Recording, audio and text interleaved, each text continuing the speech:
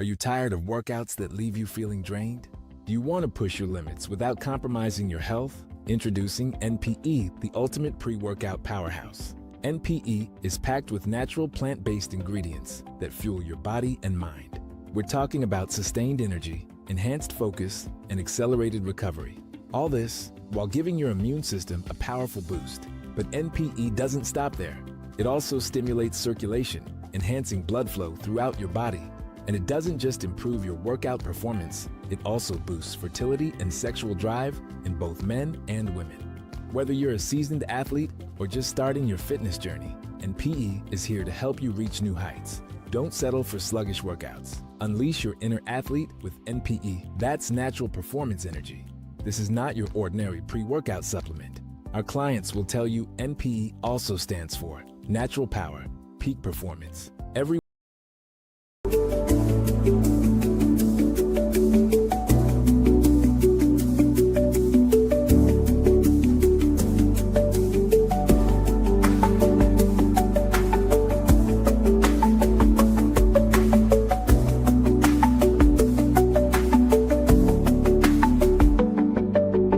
Dogs and poodles, you're in the dog house.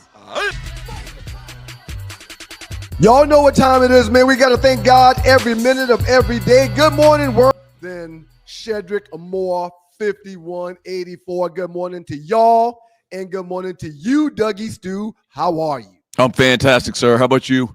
Absolutely stewtastic. I got to tell you a quick story.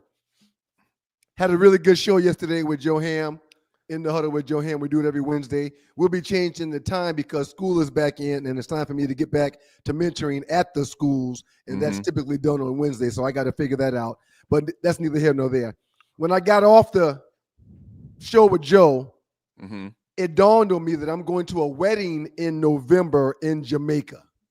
Okay. And I hadn't booked my travel yet. So I opened up the Hopper app, look for flights, pull up the hotel that we're doing the wedding at, blah, blah, blah. I got a better app. Well, hold on. Go ahead. You about to blow the story. I mean, you about to blow the whole story. Okay, all right. I spent about 45 minutes on the Hopper app. And you forgot you're a travel agent. You forgot that you're a travel agent. Right. You have been for about 6 months now. You have your own travel business where you get huge discounts. It's called PlanNet and teletravel. You don't get discounts. You get commissions. You do get deals, but you get commissions. Thing. Right. Yes, actually. No, the training courses said don't say discounts. It says say commissions. Right. You're right. You're absolutely right. Yeah, man. So the Hopper app, flights, for me and wifey, a nice suite. I mean, I got a real nice suite overlooking the ocean, own private pool, and it was like $5,600. And right before I hit send, I said, "There's got to be a way I could wait a freaking minute." Right. I'm a travel agent. Right. So I go through PlanNet, go through Vax Vacations, go to Delta Vacations. I do all the things that they trained us to do.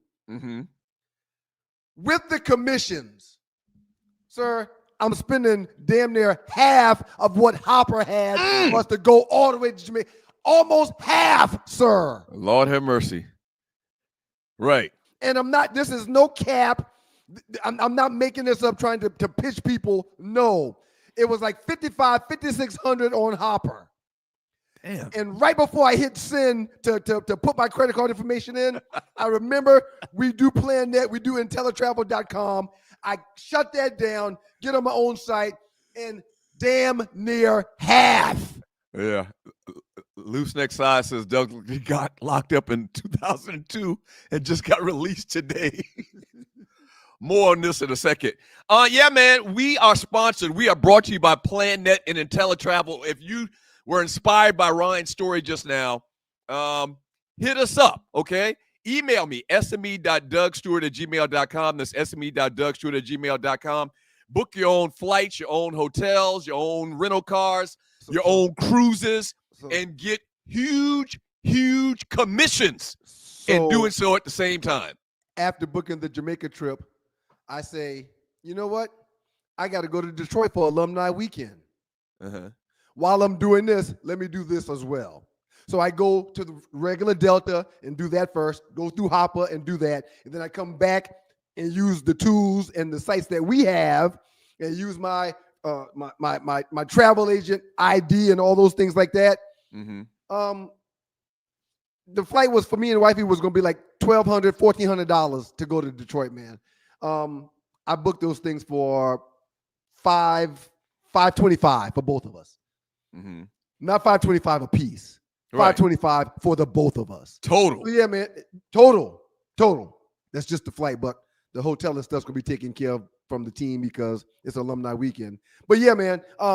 Huge savings on your travel. Huge commissions on your travel. It only makes sense if you travel, if you move around, if you stay in hotels, if you get rental cars. PlanNet as well as in travel and IntelliTravel.com is definitely the way to go, sir. I'm off my soapbox. I'm done. Okay. Speaking of which, Monday we plan to have Jamal Stevens, one of the ambassadors from PlanNet, to come on and talk a little bit more in depth about what you just talked about over the last 10 minutes. So stay tuned for that. This is the Two Live Stews. It's a Throwback Thursday. It wasn't 10 minutes. Thus, the great Charlie Joyner, the great Charlie Joyner jersey. And yeah, I do look like I'm in a time machine. Rail Scott said, "You look like you were in a time machine." Right. So early 2000s. This is how we did it. For some reason, once again, I don't know why these jerseys so goddamn big. This thing goes all the way down to my ankles, almost, man. Wow. Seriously. Wow. So Charlie Joyner, for you greenhorns watching, Charlie Joyner was part of the most lethal wide receiver group in NFL history. For the San Diego Chargers, late 70s, early 80s, is Charlie Joyner, Wes Chandler, John Jefferson, and then at tight end, you had the great Kellen Winslow Sr. Kellen Winslow Jr. like his little boy that played for the Miami Hurricanes. Junior was good too. Oh, Junior was good, but Daddy was the first greatest tight end that I remember. Him or Ozzie Newsome. Senior was the bomb. So shouts out to the great Lake Charles's own. And you talk about how big that jersey is. I believe that's actually a small, so it works out pretty good for you. And the hat. Somebody says, I talked about it earlier. The great Chuck Nice, our boy from South Carolina, went with me to Newberry College, played wide receiver.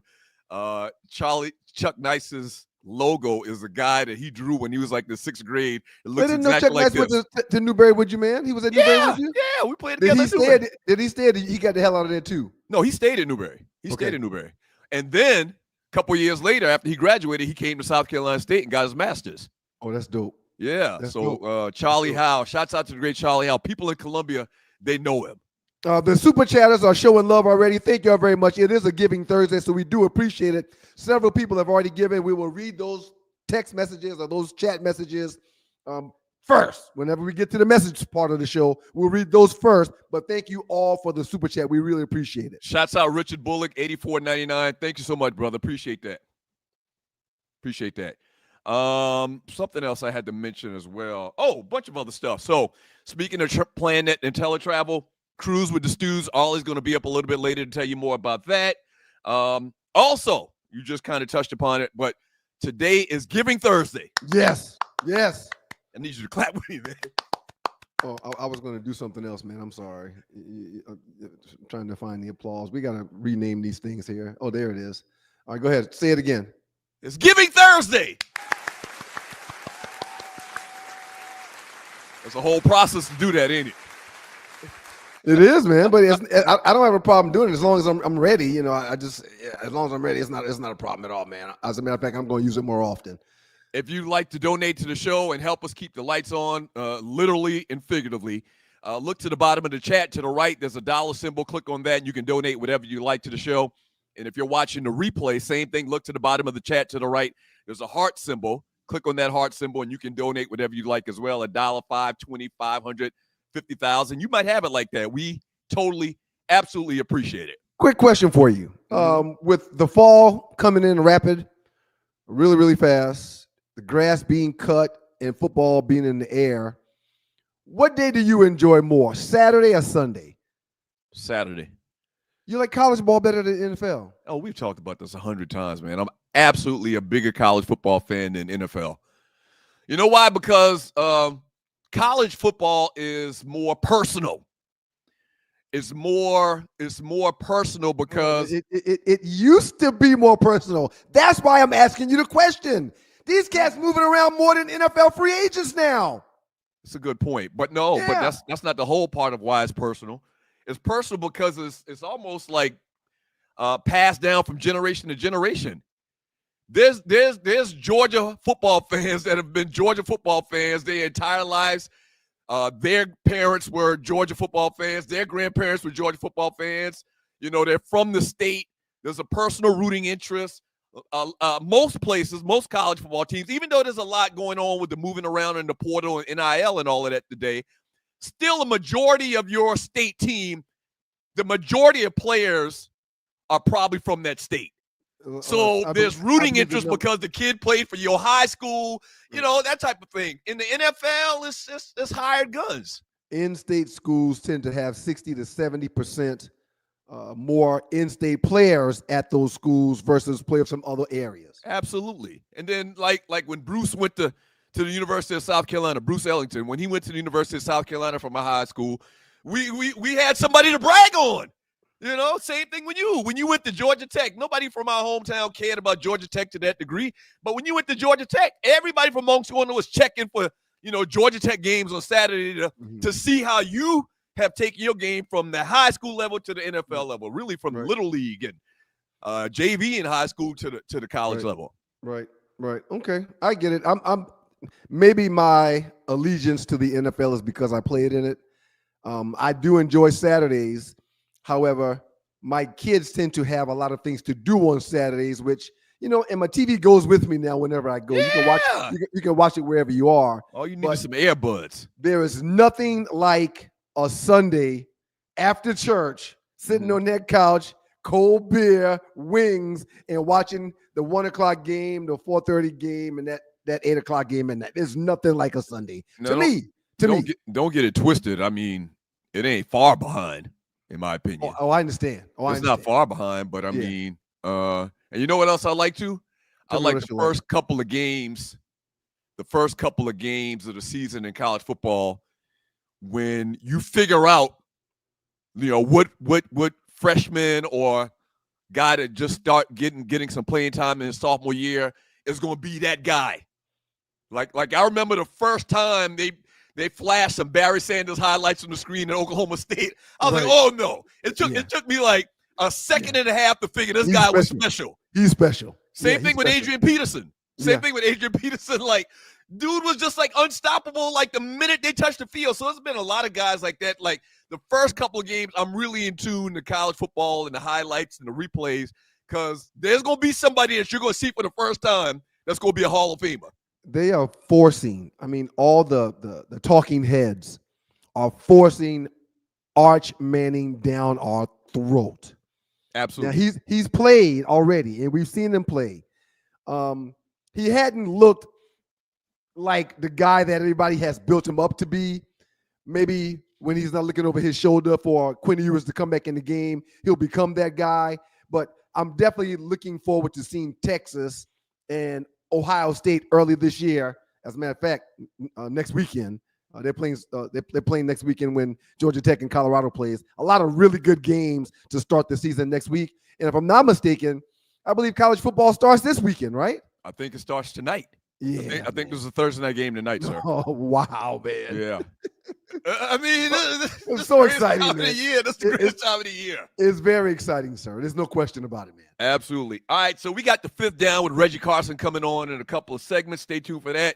NFL Insider is going to give us a breakdown of his biggest stories from or coming up this weekend. We've also got the last 48, the biggest memes in the 2 Hours Stews Facebook chat group in the last 48 hours. And we got top 5 results that we'll quickly skim over, and then we'll move on from that. Top five results. And a lot of other little stories, man, we're going to touch upon, and we definitely got to touch upon this whole. I can't say I told you so about the Shedeur thing, the Shedeur story, but I almost could say I told you so. No, you can't. Not quite. I can't say I told you so to that. No, a decision's going to need to be made before you can say I told you so. And I've got insight for those who understand what we're talking about when we bring that up. I'll share the insight with you. Yeah. Okay. You know, I'll share that now. I'll share it now, man. Okay. It is not Dylan Gabriel's job to beat out Shedeur. He's done that already. It is Shedeur's job to beat out Dylan Gabriel. We'll dig into that deeper in a little while. But yeah, Shedeur is the one that's fighting the uphill battle. He's the 5th rounder. I told you in the last show, I told everybody that watched In the Huddle with Joe Ham and I on yesterday, if anyone has to have a pull a power move, it is Shedeur because he's the 5th rounder. The 3rd rounder will be given all of the opportunities in the world to be higher on the depth chart. That's just how it works. I guess we just talking about something different in that conversation to a degree. I'm talking about the fact that I think Shedeur, I think he's still in jeopardy, man, and not even being on this team. I'm still thinking he's in jeopardy, not even being on this team, man. You're in the dog pound. Dogs and poodles, it's the Two Live Stews, and we're back. Our debate that started us on radio was the effectiveness of the option, idiot. You call your brother idiot? I never call you an idiot. Dummy. What you did is called hijack the show. I'm done. Doug Stewart and Ryan Stewart streaming live Monday and Thursday at 7 a.m. That's the number 2 live stews, youtube.com. 2 live stews, youtube.com. Have you ever been stranded on the side of the road, Ollie? Yes. It's not comfortable, is it? No. Dogs and poodles, if you find yourself in a jam on the side of the highway, give my folks at Bay 11 Towing a call, 404-770-6949. Again, that's 404-770-6949. Being stranded on the side of the road in Metro Atlanta is very stressful and dangerous.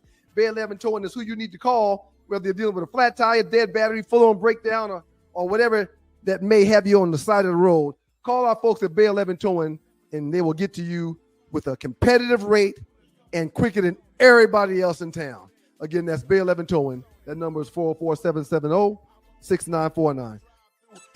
It's your boys, the Two Live Stews, Doug Stewart, Ryan Stewart, to make up those stews, and this is your Two Live Stews experience. Good morning, world. We appreciate y'all, man. We appreciate y'all. So, we definitely appreciate y'all. I woke up and Morgan wasn't feeling well this morning, so I told the wife. The wife's like, just do your show, and I'll give her some medicine, and after the show, you can bring her to school. So they leave. The wife and the boys leave, and I go in Morgan's room and cut the light on, and I said, you think you're going to be able to go to school when I get done with the show? She's like, nah, I think I'm just going to chill with you today. I said, okay. I think I'm just going to chill with you today. I said, okay, and hit the light and close the door. So she's not going to school today. She's hanging out with Dad. It's early. They can't be going over nothing that's could be too important in school. It just started last week. It's their first full week, so it's no big deal. It's no big deal. We were compelled to go to school even if we weren't feeling well. Like, we weren't just, if you don't feel well, you stay home. It wasn't that easy. Well, like, we had to make a case. We had to make a case. What? Go ahead. No. What? No. I would ask if I could go to Aunt Ninny's house if I wasn't feeling well. And they would call Aunt Ninny, and she would be like, yeah, bring that boy over here. And they would drop me off at Aunt Ninny's house. Well, I guess what I'm trying to say is I didn't, like, I was kind of, for lack of a better word, scared to say that I didn't want to go to school because I didn't feel well, because our old man would, you sure? You can't go to school? Right. You know, so it was always some type of debate following it from what I remember. I understand. Yeah. Sounds like you just, can somebody come into, who's that? I hear a doorbell. I hear a doorbell. Listen, As soon as you said you were sick, they put some liquor in some cup with some lemon and honey. Listen, Doug, I understand. I was also afraid, and I never Yeah. missed school ever. You don't miss Aunt school. Aunt Ninny would fix me some coffee and open up one of those mason jars and put a little bit of that stuff in the mason jar in the coffee. The only time I ever drank coffee was when I was with her, sick from school. Mm-hmm. And maybe that was why I would go over there every other month and miss a day of school, because I was drinking coffee with a little bit of that stuff in the mason jar in it. Yeah. See, the younger brothers always learn from the older brothers. So you were much more comfortable asking not to go to school, or actually not going to school. Not going. I'm taking a day. I'm hanging out the bike shop with Uncle Morgan. That's another point. From Flex Image Training, miss school, then no practice, no going out to play. That's true. If you didn't go to school, you didn't go to recess, and Right. if you had something going on after, you couldn't go to that because you didn't go to school today. But I got to play all day at Aunt Ninny's. All day. So if Morgan stays home with you today, don't she have like tennis practice or something afterwards, after school? She has softball practice today, and she has soccer practice after school. So Softball she's practice not. after school. So she's not going to either of those activities, right? If she does not go to school, she will not be going to those activities. Okay. And I will remind her about that afterwards, but I'm almost certain that she's going to rather just stay with Dad. We'll go catch a little Jay Christopher's breakfast, and we'll hang out and go have some wings for lunch, and we might go down to the river walk and sit down and watch the ducks for a little while. If she can do all of that, she can go to school. But she I don't wanna go- hope your wife is the principal of the school, for people that don't know. I hope JP not watching this. She's probably listening, and clearly today is one of those days where she doesn't want to go. So she's going to chill with the old man. Yeah, but if she doesn't want to go, she can't do, activities where she could do if she was in school. Typically, man, if we're together, we cool. We don't need nothing else. Yeah, we don't need Okay, nothing man. else, man. All right, so a couple days old, but the Cleveland Browns dropped their pecking order, their It's called a depth chart, sir. depth chart. That's the phrase I was looking for. Their depth chart, and your boy Shedeur Sanders is 4th on the depth chart. Okay. Joe Flacco is the number 1 quarterback. They got Kenny Pickett at number 2. Mhm. Dylan Gabriel at position number 3. Mhm. And Shedeur Sanders position number 4. What are your thoughts? I was furious last week when that happened. I called you and we talked about it. And then Joe reminded me yesterday on In the Huddle with Joe Ham right here on Stewart Media and Entertainment that depth chart don't matter at all right now, man. And what I said let me stop you right there. Remember what you were going to say. Okay, I will. Okay. All right. Now, Joe played in the league. Joe, second in the Heisman Trophy Yep. running. Oh, he's got a Joe bunch of played in the accolades. league. Yeah, great quarterback. Davey O'Brien Trophy. He got a bunch of stuff, man. All ACC, first team All ACC 2 times. He's the real deal. Why doesn't the depth chart matter? How did he? And maybe you're about to explain that. Why didn't the depth chart matter? Because I know when the depth chart came out, or when the depth chart came out when you were playing, it was very important to where you were at, because that tells you where your standing is as far as how close you are or not to get on the field. What do you mean the depth chart don't matter? I often talk about the economics of the game. Mm-hmm. So Dylan Gabriel's signing bonus is much higher than Shedeur Sanders' signing bonus. Right. So it's not Dylan's job to beat out Shedeur. It's Shedeur's job to beat out Dylan because he was drafted prior to Shedeur. Right. Joe reminded me of that yesterday, that even though the coaches and the scouting guys and the cap guy that have the meetings and look at the film and discuss players every single day, give players a grade every single day, it's not Dylan Gabriel's job to beat out Shedeur. It is Shedeur's job to beat out Dylan Gabriel. So if Shedeur can find himself on the field and put together another game like he did last week, and Dylan Gabriel would do the same thing that he did, then Shedeur might get a little leverage to move past Dylan Gabriel. But again, the guy that's drafted higher will be given every opportunity to be the player that they thought he would be because they drafted him higher than the other player. That's just how it works. This whole situation is just flawed because we're going by that methodology, because that's how it's typically been in the past. But this is kind of this is an outlier. Well, what Most people, I'm saying, because most people feel like that Shedeur was better than Dylan Gabriel. Like he shouldn't have been picked in the 5th round. Well, but okay, that's understood. We agreed that we thought Shedeur would go in the 1st round to someone. Mm-hmm. However, he went 144. Mm-hmm. So when the Browns are meeting to discuss the depth chart and discuss who's going to play and discuss the reps, they're not saying the guy that should have been a 1st rounder should go. No, that's not what they're saying. Right. Absolutely. They're saying give the 3rd rounder more reps. Right. There are going to be jobs in this office that are depending on the 3rd rounder being better than the 5th rounder. Yeah, and that's just stupid. It's stupid that Joe Flacco starting for the Cleveland Browns. And I know that's the typical role that a veteran quarterback plays. Hold on. It's not stupid. It's He's the only quarterback in there that's won a Super Bowl. Yeah, but he's 40 years old. He won a Super Bowl. Hold on. Here's my thing. And I'm going to give you a bunch of stats of why whatever they think that they should do the opposite. Okay? Whatever the Cleveland Browns think they should do in any circumstance concerning football, they should do the exact opposite. The guy's 40 years old. Have you ever considered Joe Flacco in his career to be great?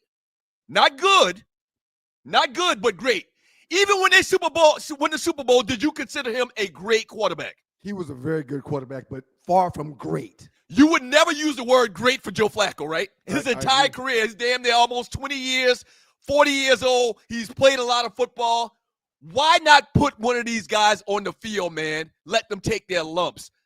Both of these guys a lot of people will tell you that both these guys played good in their preseason game. I think Shedeur played a lot better. I think Shedeur protected the football. Put them out there. You're not going to build your organization and move forward. And I know the reason why. Stefanski wants to win right now, and he thinks that Joe Flacco can help him win more right now than later. That's part of it. I get that. But it's just the Browns being the Browns that they would do something like this, play a 40-year-old quarterback over one of these young guys that's showed a lot of promise in preseason already. During one of my rookie training camps in Detroit, Bobby Ross said, if there's anybody in this room that's won a Super Bowl, please stand up. Nobody stood up. Okay? A year later, Bobby Ross, in front of the same room, said, if there's anybody that won a Super Bowl in here, please stand up. The late, great Alan Aldridge stood up. We just signed him as a free agent from Denver. When Alan stood up, Coach Ross said, Alan, come down here. Mm-hmm. Alan walked down to the front of the room. He said, I'm giving you this opportunity right now. Take as much time as you want. I've got 3 hours. Take as much time as you want to tell this team what it takes to win a Super Bowl. Alan Aldridge talked to us for 30 minutes. Bobby Ross gave Alan Aldridge the microphone for 30 minutes. Why? Because he was the only one in the room that played in, started in, and won a Super Bowl. That matters because everybody in that room wants to be him. So now you go to a Browns organization that you're about to tell us why they stink, why they suck, why they're always bad. They're going to lean on the guy that won a Super Bowl to lead their franchise. And they should. They should. I think Shedeur could be there's an overwhelmingly huge opportunity for Shedeur in my eyes to be a better quarterback than Joe Flacco. But to this point, he ain't done a damn thing, and Flacco has done it all. You know what Bobby Ross should have said? Bobby Ross should have said to the guy, what's his name again? Alan Page? Alan Aldridge. Alan Aldridge won the Super Bowl? Yes. The easy answer is what wins Super Bowls is players. That's who wins Super Bowl. He didn't have to go through all of that dog and pony show. That's why Allen came to the front of the room. Right. He was the only player in a room with 70-plus players that played in and started in and won a Super Bowl. Nobody else can speak about that experience except for him. Same thing for Joe Flacco, sir. I understand the point you're making. Man. But I'm not depending on Joe Flacco for shit. Well, Joe Flacco is a 40-year-old quarterback. And guess what? It ain't up to me to decide if we're going to use Joe Flacco or not. The Browns, decided they're going to go with Joe Flacco over the two young guys. The Browns have 146 and 289 and one record between August 95 and 2025. The Browns hold the unfortunate distinction of having the most losses of any NFL team in the last 30 years with 289 losses. That's a lot. They have had only 4 winning seasons since resuming operations in 1999. That's 26 years ago. The Browns have only made the playoffs 3 times since 1999. In their few playoff appearances, the Browns have managed only one playoff win, which came in 2020, which was just 5 years ago. From 2003 to 2019, the Browns endured a 17-season playoff drought. The Browns didn't go to the playoffs in 17 years in a row. Everything that they think they should do the opposite. Who was the quarterback last time the Browns went to the playoffs? I couldn't tell you. I couldn't tell you. You know why? I can't. You know why? Go ahead. Yeah. Go ahead. Who is it? Joe Flacco. Yeah, exactly. A couple years ago. Exactly. Okay. That's why they're giving him the ball, sir. Yeah. So what? What do you mean, so what? Just because Joe Montana won you a Super Bowl 25 years ago, you're not going to put Joe Montana, the quarterback for the San Francisco 49ers right now? However, if Joe Montana was on the roster and there was 2 rookies and a guy that hadn't done a damn thing in Pittsburgh, you're going to give Joe Flacco the ball or Montana the ball. Speaking of Joe Flacco in the quarterback position, the Browns have used 40 different starting quarterbacks since 1999. That's an average of 2 a year. That can't be possible. Yeah, it's bad. It's Hold bad. on. Let me make sure you understand. I'm going to read that one more time. Right. The Browns have used 40 different starting quarterbacks since 1999. That's a little bit less than 2 a year. This is 2025. Okay. A little bit less than 2 quarterbacks a year for 25 years. Whatever they think they should do the opposite. There's a lot of talk going on right now, and a lot of people saying that Shedeur should ask for a trade. Have you heard that talk? Have you seen that talk? I hope he don't do that. Go ahead. Why? Well, I mean, I don't think he should either, but go ahead. He's new to this league, man. He don't know nothing about this league. He's trying to figure it out. He's never played here before. Right. So let me and he don't have no cachet. You know who? Listen, man. Micah Parsons has asked for a trade. He's got the cachet and the ability or the backbone to do so. Resume. Shedeur doesn't. Hold on. So if Deion, you think Deion's not thinking that at all right now? Or do you think Deion in the back of his mind said, yeah, I think my boy is good enough to play somewhere. I'm going to advise him to ask for a trade. You think that's in his mindset at all? One of the greatest to ever do it in college and in the National Football League, Shedeur Sanders, a.k.a. Prime, knows this league and how it works. Mm-hmm. He's probably the one that's telling Shedeur, hey, man, keep your mouth shut and just keep working. This thing is going to work out. Trust me, it's going to work out. But don't cause no problems. Don't get no more speeding tickets. Don't go to meetings late. Don't be questioning coaches. You just do the best that you can when you get the ball. Mm-hmm. You don't want to ruffle no feathers, man. If you're demanding a trade as a fifth rounder, hold on. And you're watching two last year's experience. Go ahead. If you're demanding a trade as a fifth rounder, what are other teams going to say? They're not going to want you either. Right. But guess what, though? They've ruffled feathers their entire existence. The Sanders family. That's why he did. You let most journalists, most people in the media tell you, most people behind the scenes to tell you, the reason he got drafted in the 5th round is because of the ruffling feathers of the Sanders family since their existence. So now you're saying that he should just be humble? What I'm saying is I don't know if that's their mindset. Their mindset is they think that they're up here, and maybe right now, and by the way that football works and the politics of it works. Shedeur is not up here. He's a damn 5th rounder. No, I'm not saying he's up there. They think that they're up there. You don't think Shedeur Sanders and Shedeur think that he shouldn't have been drafted in the 1st round? Of course, Doug. But Doug?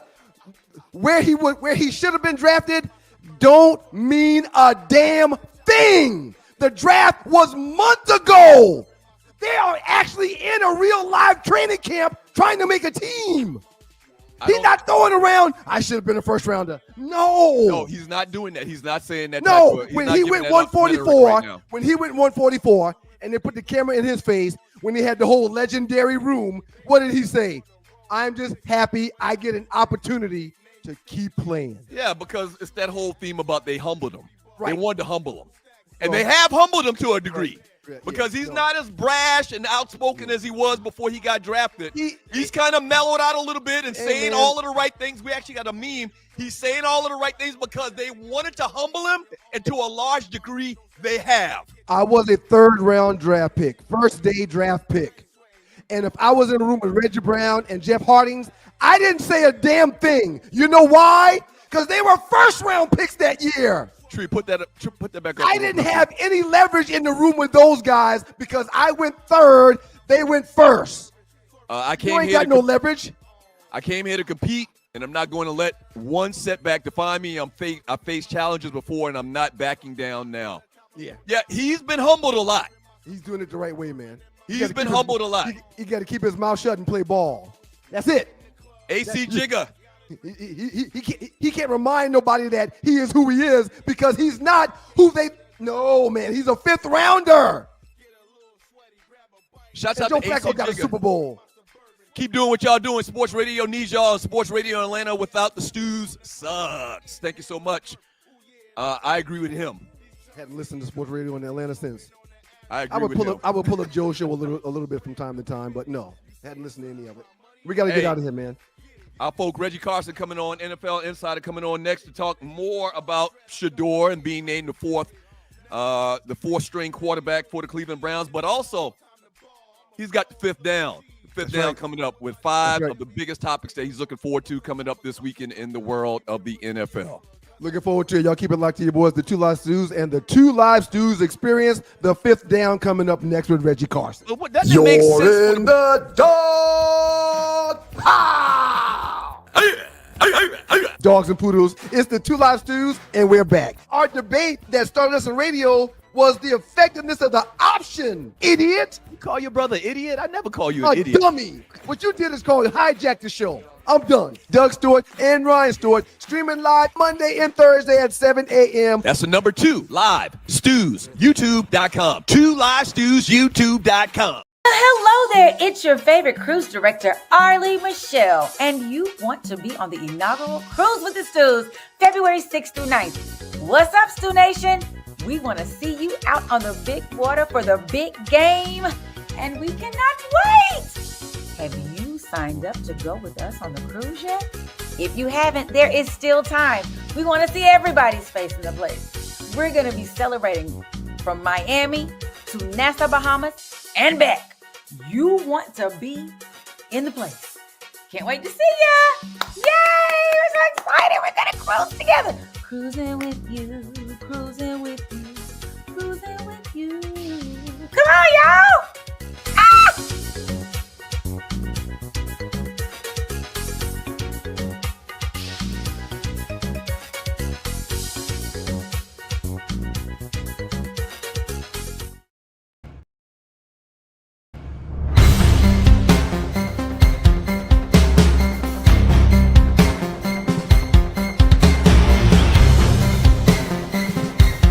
We appreciate y'all on this Giving Thursday for pulling up on your boys, the Two Live Stews. We're happy to be joined by Brother Carson in the building. What's going on, boys? What up, Q? How you, bro? What's the word? What's the word, man? What's the word going on? Thunderbird. What in the world is going on? Yeah, bro. You see, we cooking it up with the Shedeur talk, but we have you on every week to tell us give us your fifth down, the 5 biggest stories coming up this weekend in the NFL.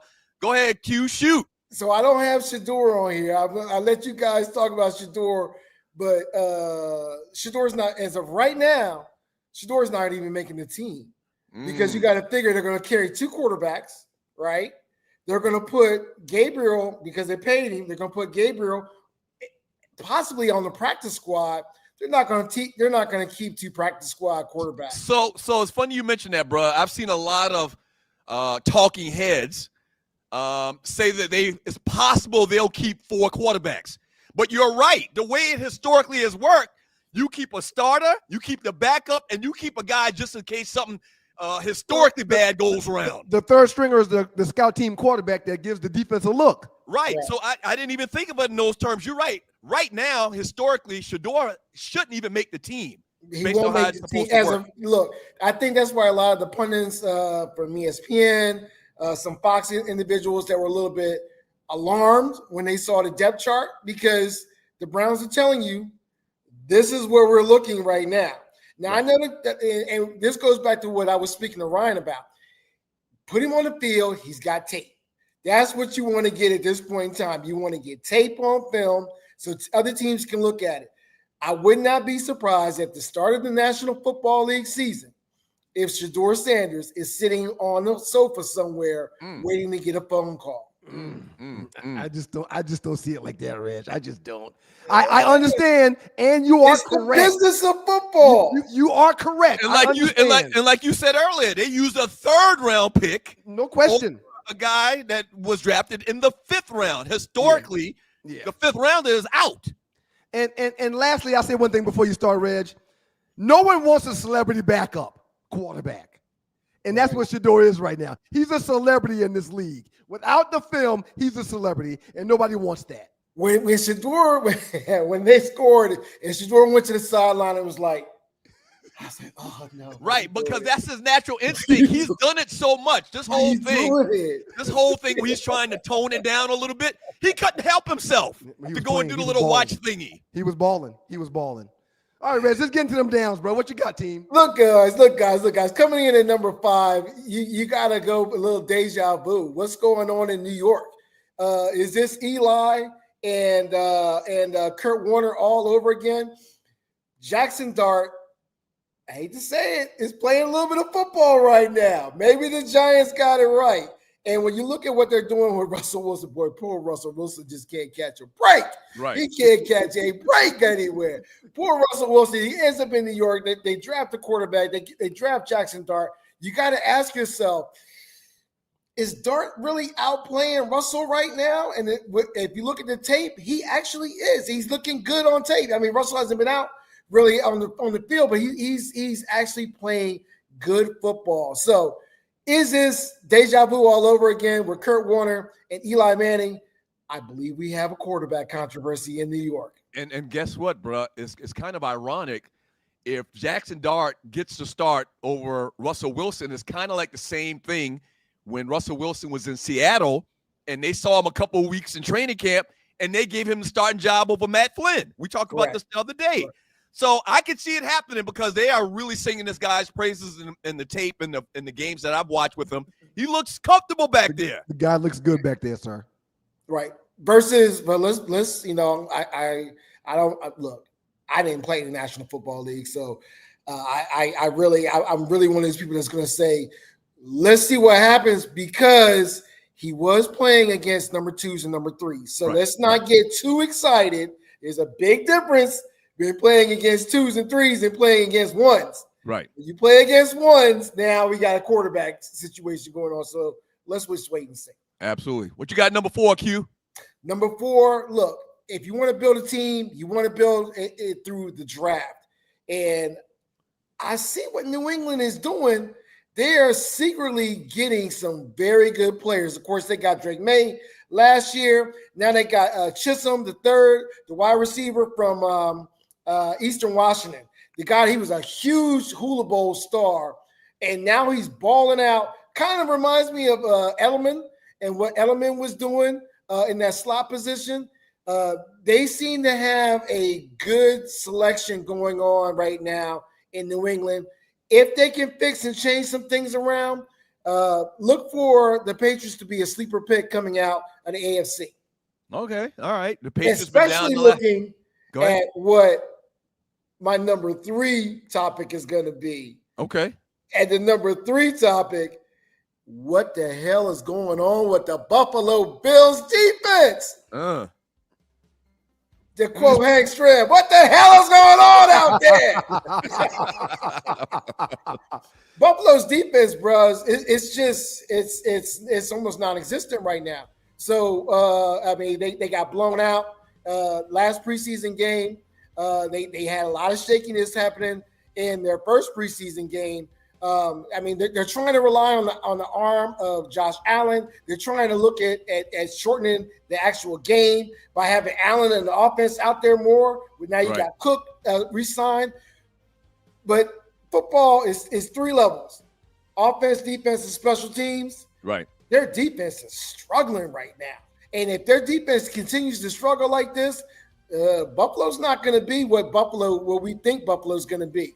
I'd love to hear that. We haven't seen Joey Bosa out there yet. He's the free agent that they signed. Of course, we know Von Miller's now in Washington with the Commanders. There's a few players on that defense that we hadn't seen that should make a difference. But yes, from what we've seen so far this preseason, they look like straight do. Yeah. Right. And then take a look at let's look at high prolific offenses. You got the Chargers. The Chargers were one back in the day. And you look at what the Bengals did last year. They had an MVP caliber quarterback. The Ravens, yeah. The Ravens, yes, but Kyle Hamilton and the boys in Baltimore, they put it together. Look, the Ravens didn't have to be the Ed Reeds and the Ray Lewis Ravens. They just need to play a little bit up to mid-level, and with Lamar, they can get there. And they had the record to show that. What the Bengals did was just completely flop and on the defensive side of the field, and they had an all-star MVP quarterback in Burrow looking at his numbers, and it just didn't suffice the wins. So I would not be surprised if we see the Bills do the exact same thing this year. You got to fix the defensive problems. It's the 5th down with Reggie Carson. Bro, what's your number 2 thing you're looking forward to this weekend? No, let's go on up to Detroit. Let's go on up to look at that smile. Let's go on up to Detroit, baby. Let's go up to Detroit. Look, man, and you're talking about a team that won a lot of games last year in the Lions, and they're kind of getting talked over a little bit this season. This early preseason, they're not getting the love. Of course, all the love is out in the AFC. The AFC is getting talked about all the time with your sports pundits. But I would not be surprised if Detroit sleeps through, kind of like Atlanta did when they went to the Super Bowl, sleeps through, and everybody's like, watch out, because the Lions really have what it takes to get to the Super Bowl. With all the talk in Philly, of course, coming out of the NFC, but all the talk dominating in the AFC. Keep your eye on what Detroit is doing. Last year, had they not had 17 players on IR, they would have had a better year last year. I agree with you 100%, Reg. However, when you lose both coordinators, not to coordinators that leave to go be a coordinator someplace else, but leave to go get head coaching jobs, that says a lot. So we got to see how the new coordinators come in and facilitate that team. But I agree, bro. People are sleeping and overlooking the Lions right now. They are, and they got a good young wide receiver. I believe the guy's name is Tesla. He's the guy that came out of Arkansas, 3rd-round pick. He has 2 touchdowns this preseason. So if you pull up his numbers, he's looking like he might be a compliment to St. Brown. So I would not be surprised with what they're doing in Detroit, and obviously with their wideouts and their X and Y positions. I agree, bro. I agree 100%. Last one, Q. What's the biggest thing you're looking forward to this weekend in the NFL? Oh, man, the controversy again. We're going back to quarterback controversy. And we talked about Shedeur. There's another brother that's out there in Indianapolis, and right now he's on the bench. Yeah. So Richardson, and the question is going to be. The question with Anthony Richardson is, what is his ceiling? We know what his floor is, but what is his ceiling? And if his ceiling is truly what Lamar possibly has been, what Mahomes has been, I kind of think I know what I get with Daniel Jones, but we still don't know what we're going to get with Anthony Richardson. The kid has not put a lot of tape on film. He hasn't played a lot. He's been hurt. He came out of college. He didn't have a lot of reps in film from college. They paid him all the money, and if the NFL is about the business and about the business of the league, they're paying him a lot of money just to sit around and sit on the bench. Yeah, I don't. Go ahead, Ryan. No, you go ahead, Doug. Go first. It doesn't make sense, man, and it kind of ties back to what we were saying earlier about Stefanski in Cleveland. He needs to win right now. Same thing in New York. Same thing in Indianapolis. I'm sorry. They feel like that they can put Daniels out there and they can win more games right now, and coaching jobs can be saved. But you made an investment in this guy when you took him that early in the draft. You got to put him out there. This doesn't make sense to me either. So, real quick, and then we let you go, Reg. Great job today.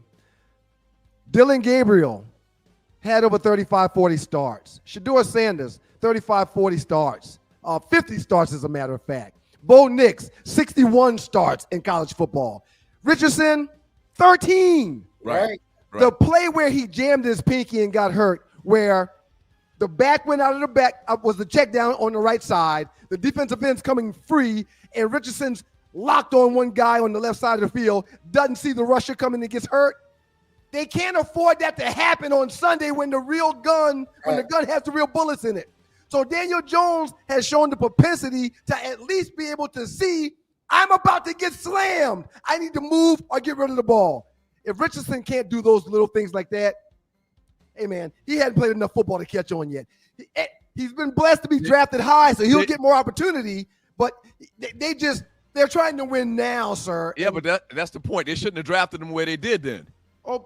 You can't tell me or give me too many examples of this scenario, the way it's playing out right now, happening in the NFL in the past, where the guy they drafted that high, they brought in a free agent after the third year of the guy they drafted high, and they replaced the drafted guy with a free agent. You can't give me a lot of examples, man. When I came out, coaches and players had 4 to 6 years to show their worth. Now they have 2 to 3. Yeah, it's different now. His time is up. His time is up. That's it. But don't give up on the kid. The kid still has a rocket arm, and he's huge. He's huge. And you're right.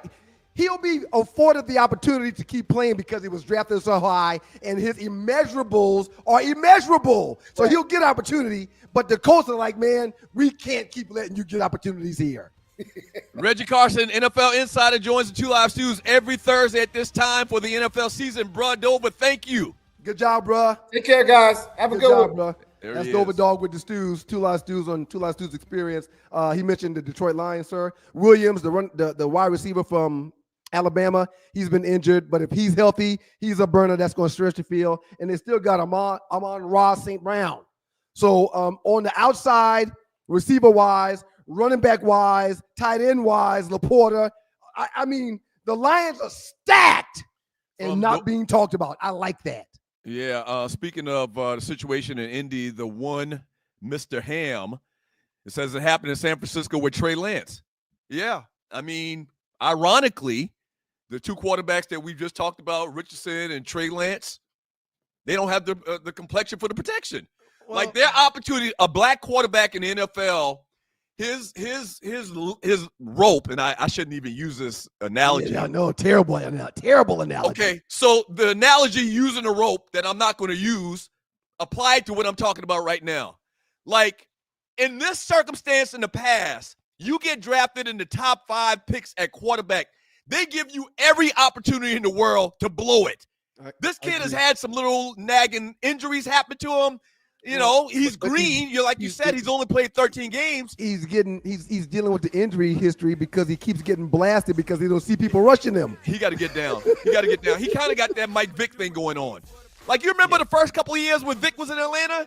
This ninja would not slide. He did not even know how to slide, it seemed like. They brought in baseball guys to talk to him about how to slide. Yeah. Caleb Williams, man, he played a lot of football. He's going to get as much opportunity as needed. He's shown to have a better upside. The guys that have gotten drafted off of 1 year worth of work, hey, man, if they don't show that they're ready, they got to get sat down. Yeah. Not that high, man. But it is what it is. And there's a resurgence right now when it comes to Trey Lance and what he's doing in San Diego. He looks like he's figured it out because he's working with Harbaugh right now. All right, when we get back from the break, we're going to run through the rest of the trending topics. Oh, no, not next time. Hollywood's next. So we'll hit some more trending topics later on in today's show. Time to get some birthdays and some entertainment stories and to get reminded about our cruise. Got a call from cousin Tony last night. I'll share that when Arlie gets on the line with us. You dropped out of the pregame a little bit earlier, man. We started talking. We got into a conversation about the Holy Ghost. Well, that's why I got out of there. Why would you get out of there? It's off the beaten path. I go from one segment. I'm sorry. I go from 1 minute talking to Tree about finding love in other places. I use different words, and now y'all start talking about the Holy Ghost. I couldn't get out of there fast enough. Y'all keep it locked. Hollywood up next with the Two Live Stews on the Two Live Stews Experience.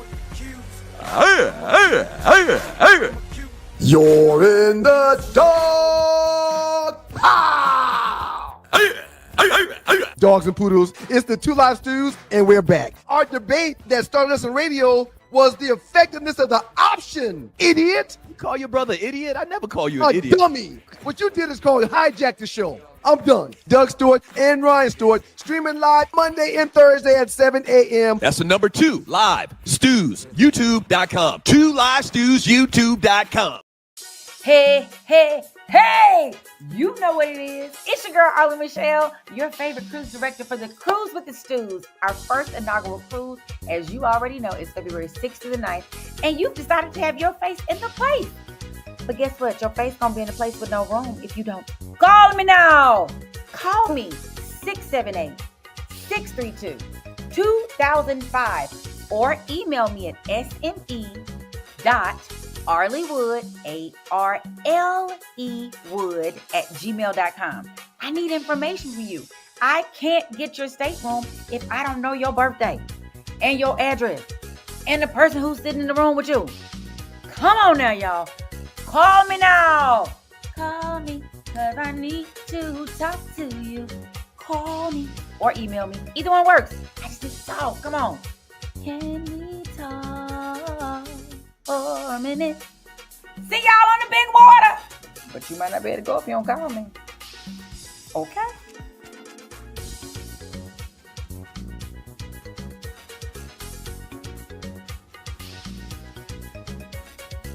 Ollie said, I'll see y'all on the big water. See y'all on the big water, not in the ocean. Good morning, Hollywood. How are you doing this morning? Good morning. Can you guys hear me pretty good? I thought y'all were in my ears. It's not in my ears anymore. I don't know what's wrong with my stuff, but good morning. Good morning, Arlie. Looks like a beautiful setting behind you, Ollie. Where are you? I'm in the country, child. I'm in Mississippi. I had to fly down here and come get my mama. She decided she wanted to drive down here. Then she slipped, fell, hit her head, had to go to the emergency room. So I had to come fly down here so I can bring her back home, child. The old people. When you go to Mississippi, when you go home, what airport do you fly into? Jackson? Okay. Mm-hmm. I've also flown into Meridian Airport before. It had like a good deal that time, and I flew in and somebody came to pick me up from Meridian because my family's from, in that area. Somewhere between Jackson and West Springs. Two quick things, Ollie. One, my cousin Tony called me last night and said that he just heard about this cruise and he's going to call and invite 10 of his buddies from Virginia. Is there still opportunity for them to get a room on this boat with us? They say you can't do call like this anymore. You got to do call with flat hands. Call me. You got to do it like this because it's cell phone. So you got to call me, which looks very silly. I'm still doing this. Call me, Tony. Is Tony cute? Is Tony single? Tony just got married last year. I'm sorry. Oh, damn, Tony. Anyway, Tony and 10 of his friends, come on down. We will find room on the Stews Cruise for you. We have booked the rooms that we have, and they have, of course, they want you to put more people on the boat. So come on, Tony and 9 of your friends. Is Tony, if he brings 9 of his friends, is he going to, does that mean like it's 5 rooms because they're gonna all be in a room, or he bringing like 10 friends who want to bring people with them?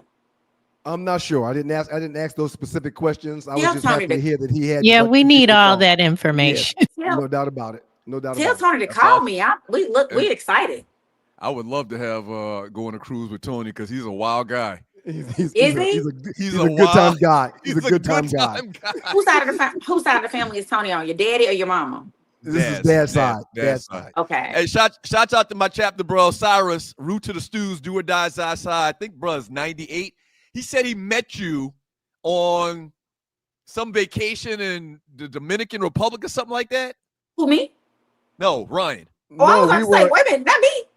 We were in we were at Darwin's and I believe it was St. Thomas. We were in St. Thomas or St. John's. Something like that. Yeah, he said to give you a shout out. Yeah, shout out Q. Shout out to the brother. That bro came and hollered at me like, "Hey, ain't you Doug, brother?" I said, "Yeah, I am." Yeah. That's a good bro. Yeah, he's a good bro. He's New York bro. Hey, listen, super chats get read. All right, if you'd like to donate to the show, look to the bottom of the chat to the right, click on the dollar symbol, and we'll read your chat at some point throughout the show, or definitely before we get out of here today, later on in the show. Ollie, it's on you. What you got? Let's go. It's on me. So what I'm going to do. What's up? First of all, y'all, I'm having a hard time with birthdays today. Because let me tell you, I look at the little birthday list and it tells you like, you go and you looking them up. And I realized like half the people on the list had died 2020, 2021, and 2022. It was some people that left this earth that I didn't know they left because it was during the pandemic. I did not know that Clarence Williams, who played in the Mod Squad and who was Prince's daddy, I didn't know he died. I think I saw that. I think I remember seeing that. Well, I did not, Doug. You know how you kill folks off, so you ain't never surprised by a death. It don't bother you none. Yeah. It affects me. It affects me greatly. I was like, when he died, Yeah. then I didn't know that Mario. Let me ask you one question about Clarence Williams. Didn't it seem like he played the same character and everything he was? Some type of crazy, deranged person?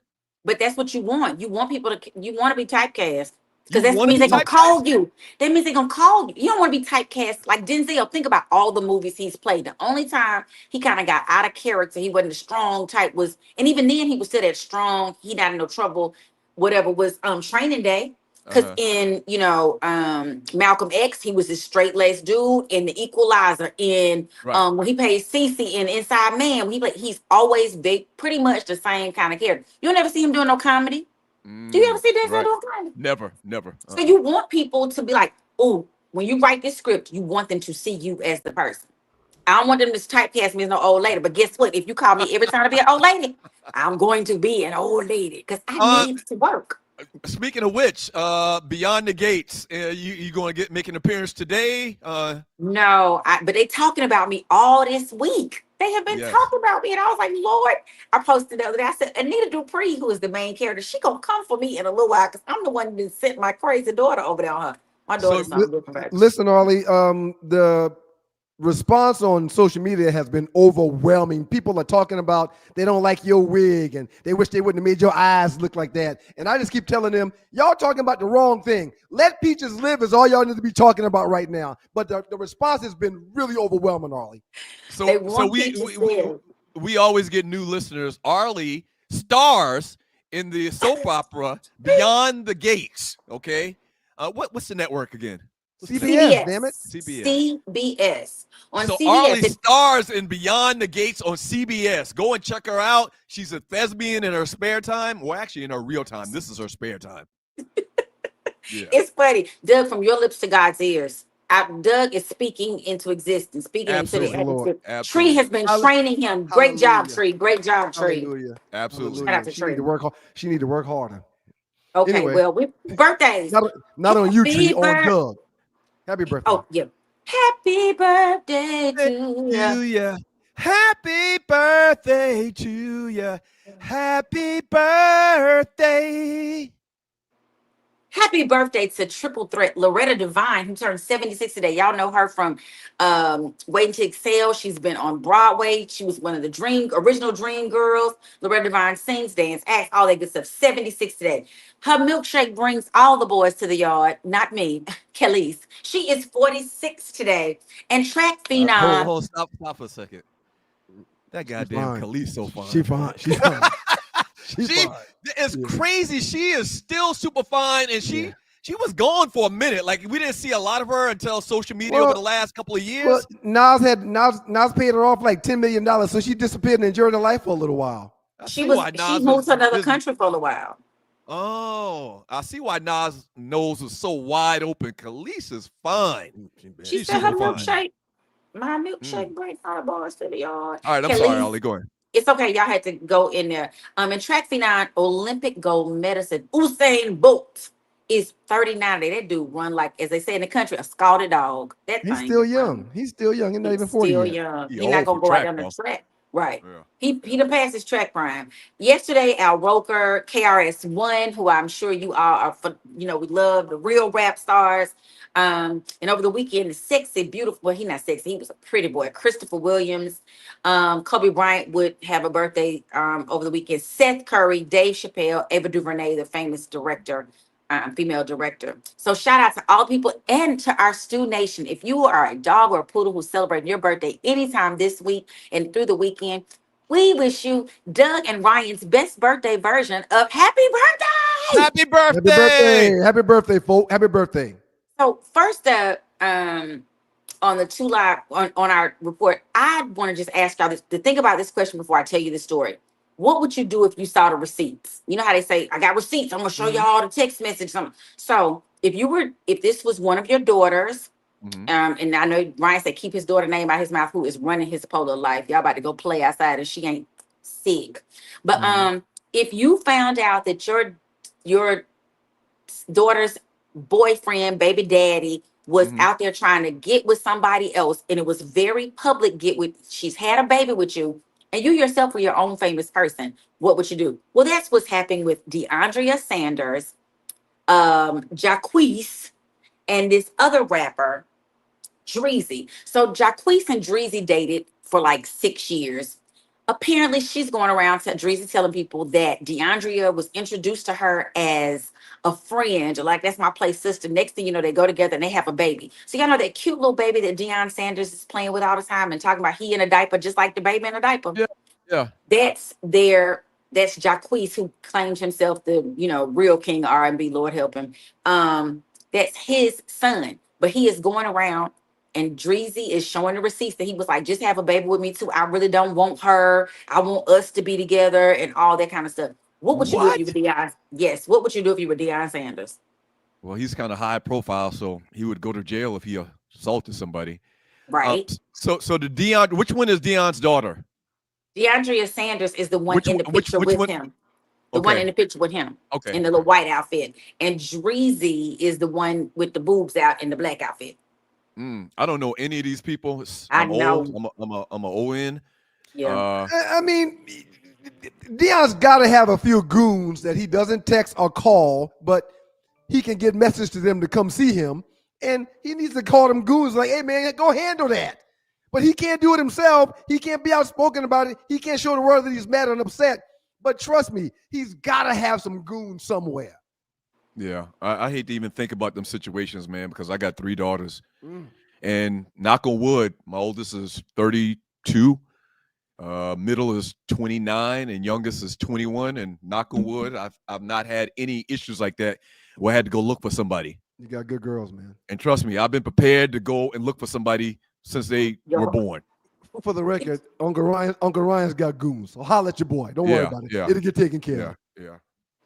I just can't imagine, first of all, having the way social media is now, even the very non-known person like Susie and Bobby going together is a public relationship because they put it out there and they're, having fun. Everybody sees them go together and then they see them break up and they make, social media. They feel like people also say, if you don't tell me happy birthday on social media, I'm like, but I have your number. I want to tell you, talk to you.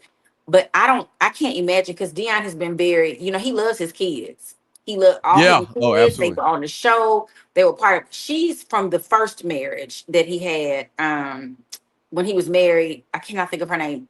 Carolyn. I think her name was Carolyn. When he was married. So, that's from Bucky, Deion Jr., and DeAndrea.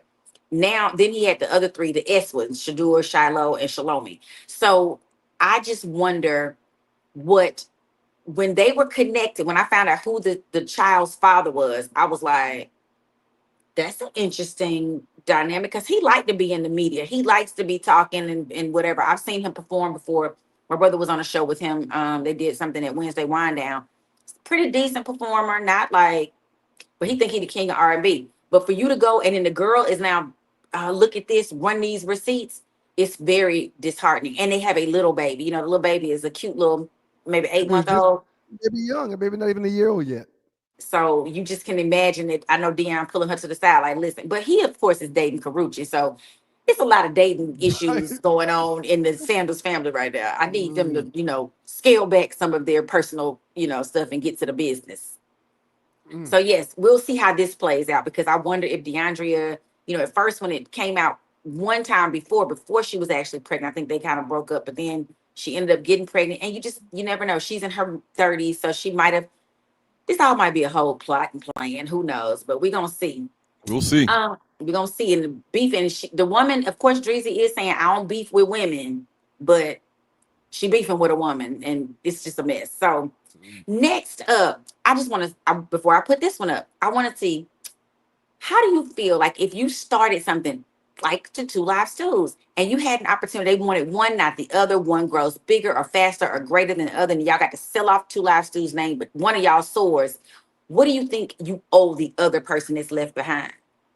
I need to think about that. Yes, because what if it? Go ahead, Ollie, I'm sorry. And I don't understand. Give me the scenario one more time. So you have two people that came together, Dame Dash and Jay-Z. And then one of them is soaring and the other one is struggling. And what do you think Jay-Z owes Dame Dash, if anything? Absolutely nothing. Yeah, they're not partners now because they had alleged beef. Well, hold on. If Jay-Z is at the position he's at now, and a huge part of it is because of what Dame did originally at the beginning, I think he might owe him something. I mean, kind of like an agent's fee. Like, so you and I are brothers, okay? So if that was to happen to us, maybe there's something that has us tied to the point where one of us would have to look out for the other, no question. But them dudes ain't related. They had business beef that made them split apart. Now you decided to split. You decided to take your ball and go, and it's not working out. You want some of my billions now? Man, go kick rocks. No, but that's, I don't know. Go ahead, Ollie. Give me more of the story. Maybe I might see it that way. What's happening is an ongoing feud with them since they sold Rock Nation or Rockefeller Records, and a long time. His nickname is I guess that's how you pronounce it, but his last name is Rivera. Rivera. Rivera. Yeah. So thank you. I was but I'm thinking Spanish, French. Yeah, so big time in the hip hop in the music executive. Yeah. Right. Jay-Z supposedly stabbed him, and he served some time for that, but or served some house arrest for that. But he's now saying that didn't happen. But he just recently was saying he thinks that Jay-Z is effed up, that Jay-Z has kind of left Dame knowing he's suffering like he is and having his issues or whatever. Can't pay his child support. He owes some taxes. All these things are going on. It's messed up that Jay-Z kind of left him out there like that.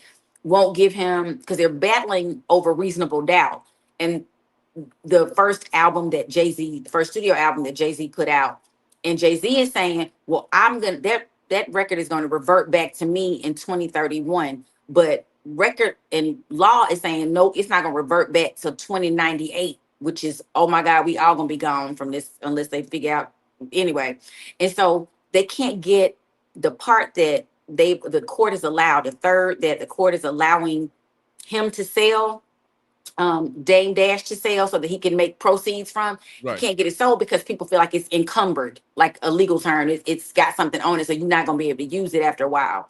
And so he's saying that he's keeping him from selling by telling people he can get the record back in a few years. So Jay-Z. Jay-Z is saying he can get it back, but the law is saying no, you can't. So it's this big battle of when. So basically, long story short, Jay-Z has to sign off on Dame selling this music to make some money. He can sell it, but he doesn't have.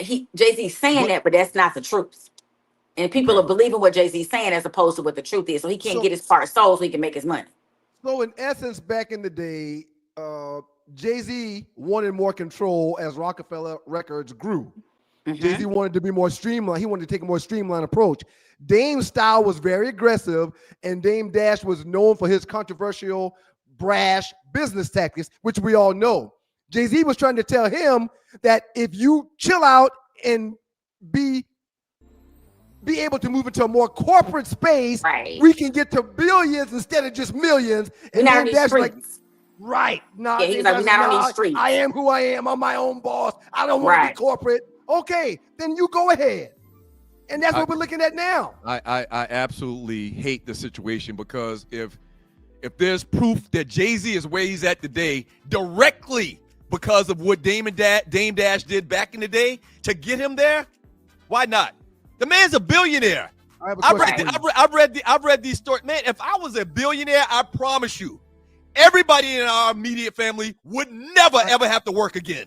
I agree with you 100%. It could be my second cousin, third cousin, everybody getting 50 grand a year. Except for your family members that have told you to kiss their ass, told you you ain't ish, have told you you ain't never gonna be nothing. You're not gonna do nothing for those people. When did Dame Dash do that?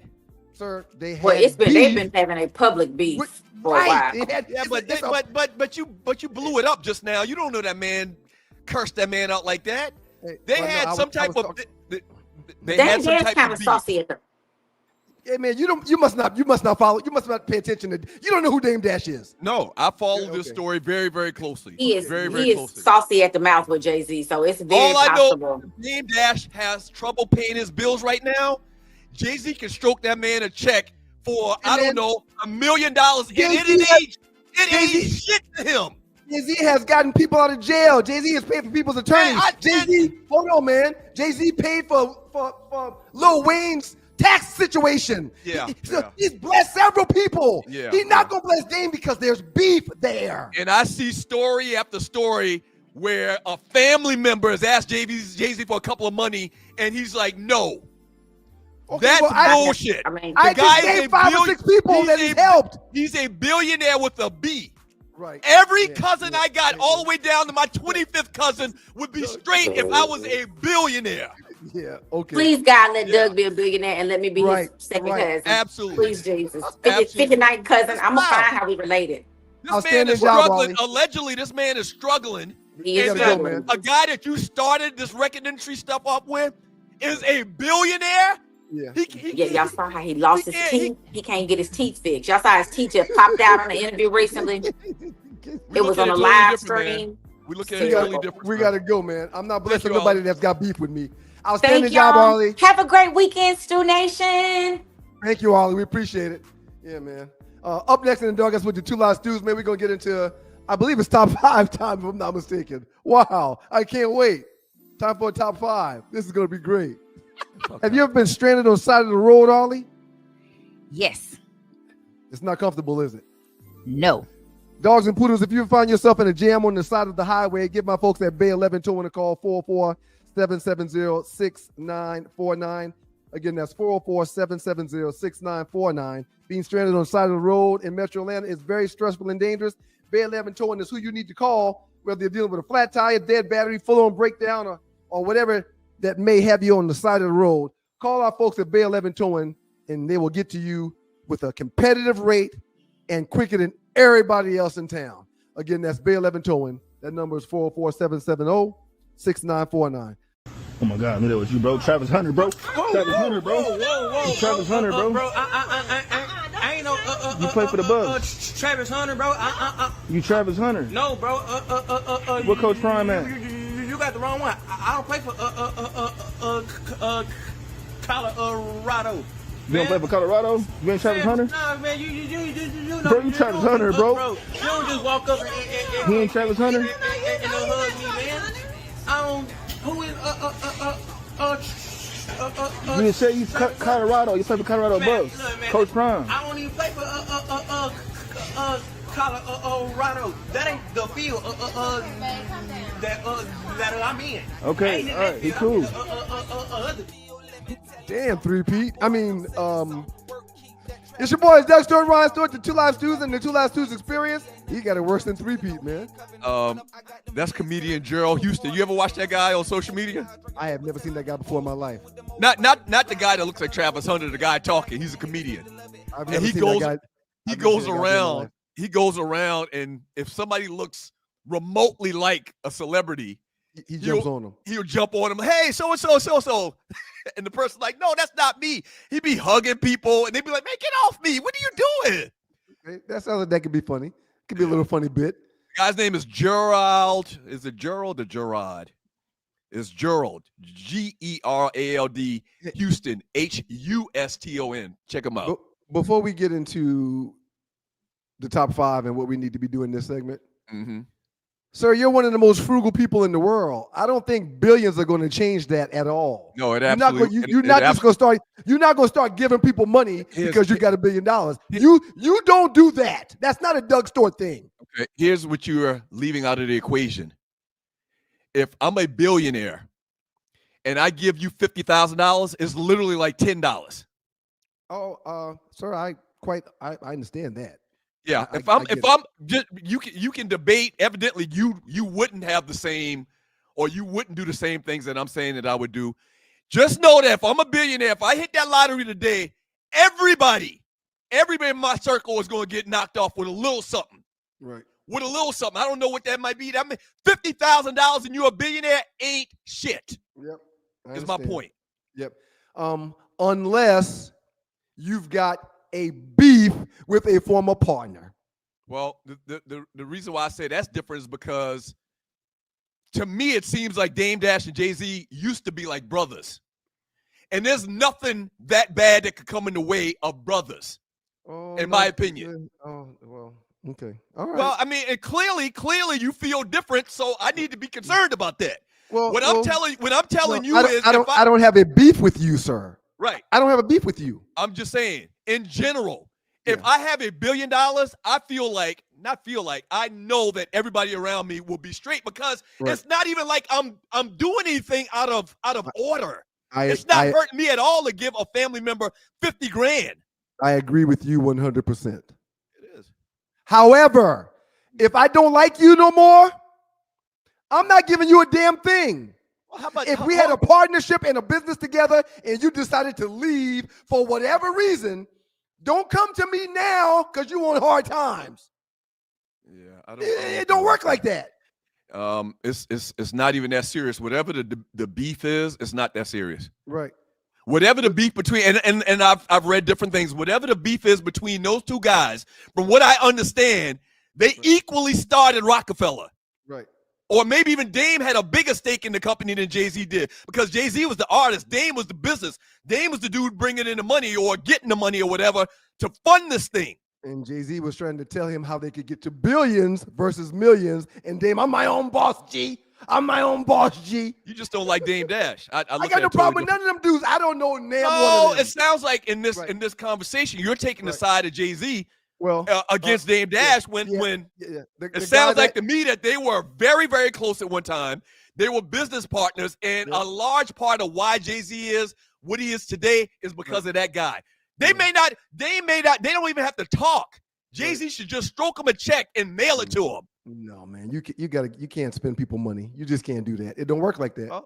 I'm not spending this money. Take this goddamn L. Let's go, Tree. What's the top 5 look like? Take this L. How about that? Shut your mouth and take this L. Losing ass list. Shut up. All right. Today's top 5. Here goes the winning list right here. Judge Judy at 5. Price is Right at 4. Doug said I had the Price is Right too high. He had him at 1. Maury at 3. Jerry Springer at 2. And who doesn't want to vote for Oprah, man? who doesn't want to vote for Oprah? Yeah, you can show as much crackers as you want, Tree. You and your boyfriend. Take this L. Yeah, I'm back up on the count now. I'm up 1, 19 for 18, and I don't see me turning back anymore. I don't see that. So we get new people to watch the show all the time. We do. Thank y'all for voting and supporting my list. Thank y'all for voting the right way. Thank y'all for knowing that the machine should not be winning because of the way they handle their business. Thank you. I really appreciate y'all so very much. If you're new to the show, we do a top 5 competition where we give the top 5 a top 5 in a particular category, and we put it up in the Two Live Stews Facebook chat group and let the listeners and the people in the group vote. And top 5 dominance. Yeah, I just People's champ. That's not my words. That's from Jungle Brother 8923. Thank you for your support, Jungle. Whatever, Jungle Brother, you big ass head. So I think that I went wrong. I think that I went wrong with the whole Donahue thing. I thought people would give Donahue more credit. starting the whole goddamn genre. He literally started the genre. That's like if somebody did a top 5 on Barbershop Sports Talk guys, and they don't put me and you in it. You trying to justify this loss, man? Shut it up. What I'm telling you is if they did a top 5 sports talk category, top 5 competition, and they don't put me and you in it, it was close. That's blasphemous. It was close. Only got about 12%. It was close. I'm going to take that W, though. I appreciate y'all's support. Looking forward to y'all on Monday when we can do it all over again. Run this thing back. What we need to do is put a completion number on it. A completion number. Like if we get to 25, maybe, then we start over from the beginning. You're tired of getting beat. No, what I'm saying is, what's the point? I thought you like to get beat. What's the point of us going back and forth forever for infinity? Okay, I get that.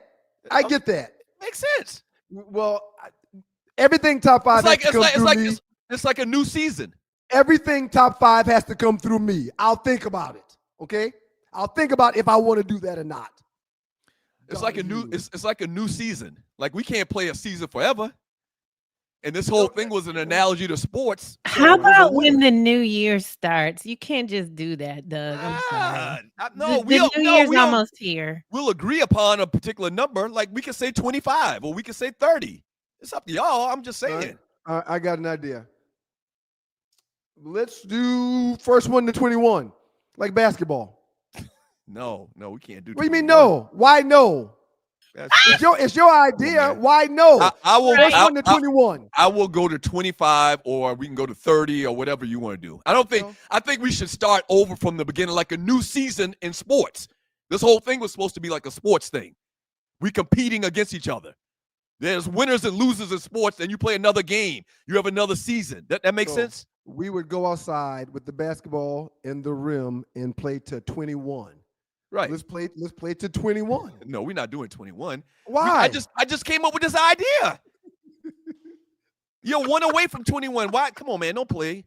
Listen, just think about it. We can confirm what we go do later. That's funny. You're funny, man. You scared. Yeah. Oh yeah. I'm scared of what? Do you not think we should have an end to it? I just thought about this the other day. That you did. Is it last 48 time tree? Is that what it's time for now, tree? Yep. Okay. So look, man, either we go to 21 or we go to the end of the year. Let's go to the end of the year then. All right, let's go. Let's go to the last 48. You're one of the funniest people in the world, man. No, man, I just hate to say this, man. You just an asshole. You're just an asshole. A lot of times you're just an asshole. I came up with the idea yesterday. Right. I came up with the idea yesterday, and you want to go to 21. You know who's a bigger a-hole than me? Dame Dash. Okay. Let's go ahead and let's do it, man. Let's do the last 48, the biggest memes in the 2 Eyes Stews Facebook chat. We got a great last 48 for y'all today. I'm very excited about it. As a matter of fact, man, you guys do a great job with the last 48 every day. I really like the way you bring the last 48 to the table. Let's do it. It sounds great. This guy. Oh, boy. I don't even know what to say, man. This is true, by the way. This isn't just like an internet, trope or joke or whatever. The White House shows off its latest addition to the halls inside the West Wing. This guy really thinks he's some type of mafia boss, some type of dictator, some type of military leader, even though he ran from the military and faked an injury. You know what I saw yesterday? I saw a picture. I hate this guy so much, man. I can't even put it into words how much I hate this guy, man. I saw the video of Donald Trump and Putin slobbing on each other. And then right after that video, they showed the video of when former President Obama met with Putin. He gave him, that good firm handshake where he turned his hand and had Putin's hand on the bottom. He looked him in the eye. He didn't give him the homeboy hug. And then the minute he let his hand go, he walked away. Yeah, because you can't smile in the face of a guy that's responsible, that's committed war crimes. Right. He can't go to certain countries because if he does, Right. they'll lock him up. They'll kill him. You can't smile and cheese and kiki in the face of a guy that's responsible for over 700 deaths of children. President Obama shook his hand and turned that hand like that, had his hand on the top for about 10 seconds. They said whatever they said, and the minute he let his hand go, he walked off like, bitch, yeah. I wish Obama would have scoop slammed him. No, he's too presidential for that. He's too presidential for that. Yeah, man. He always acts and conducts himself as if he's presidential. I hate this guy so much, man. And I don't know how we're going to do it, man. I don't know how we're going to go another year, another 3 years and 8 months. Well, it's 3 years and 4 months, but gracious peace. Or It's 4 bad. years and 3 months. Right. I don't know how we're going to do it. It's 3 years and 4 months. Don't give him no more extra time, please. 3 years and 4 months. Oh, yeah. We're That's in right. August. It's a 4-year term, not a 5-year term. We're in August. It's bad, man. It's bad. Let's get to something more pleasurable, Tree. This is bad. I don't even like seeing that guy. It's a freaking clown. He's a clown. A red nose, a big nose and all. Big nose, big shoes. This one wasn't tough for me, sir. It's funny. I mentioned 2 of these guys earlier in the You show did. today, and you're watching You the did. 2 Hour Shoes Experience. I thought that's why you mentioned the guys that you mentioned, because of this meme right here. Nah. Okay. All in their primes. One got to go. Bye, Emmett. Cass about to be mad at us. Bye, Emmett. See you later, Emmett. Bye. It sounds so disrespectful when you take Emmitt Smith, the all-time rushing leader, off of any list like this. All 4 of them are A-plus backs. All 4 of them are Hall of Famers. All 4 of them are great. But bye, Emmett. Yeah. I mean, it's the only choice. I'm trying to make an argument for LaDainian to be off, but I think LaDainian is more explosive. Better or was. I think LaDainian Tomlinson was more explosive out of the backfield. I think he made bigger plays, like he ran longer touchdowns from what I remember. I think he was a better receiver out of the backfield as well. I know it sounds like we shitting on Emmitt Smith, the all-time rushing leader, but yeah, man. Emmett had the best offensive line money could ever buy in the National Football League. All these guys have more top-end speed than Emmett. And I don't hate Emmitt Smith, but out of these 4, I'll see you later, Emmett. That hurts too. And listen, there's no disrespect. You know, there's a lot of Cowboy fans. There's no disrespect. I don't want y'all coming for me. Don't come for me. And now that you bring that up, real quick, the debate we had on the last show with those 4 quarterbacks, I took the names off, took the schools off, and posted all of their stats. No one said take Tim Tebow out. No one. No one said take Tim Tebow out. Yep, but that's the point. Don't take away the stats. No. No, I took away the names. Hold on. I took the names off of the stats and just posted the stats. Right. I took the conference out. I took the names out, and I took. Sure, you can put this down. Everything that would allow you to know. Oh, that's so and so. I took that out and just put the numbers. Right. No one said take Tim Tebow out. But that's the point. You rely on numbers. I rely on these. Okay. You see, you right. So that's futile. That's a futile experiment that you conducted, because that's what we've been arguing. Let me ask you a question. If you get drafted, I don't necessarily care about the stats as far as a category and determine a player's worth or how great he is. That's part of it.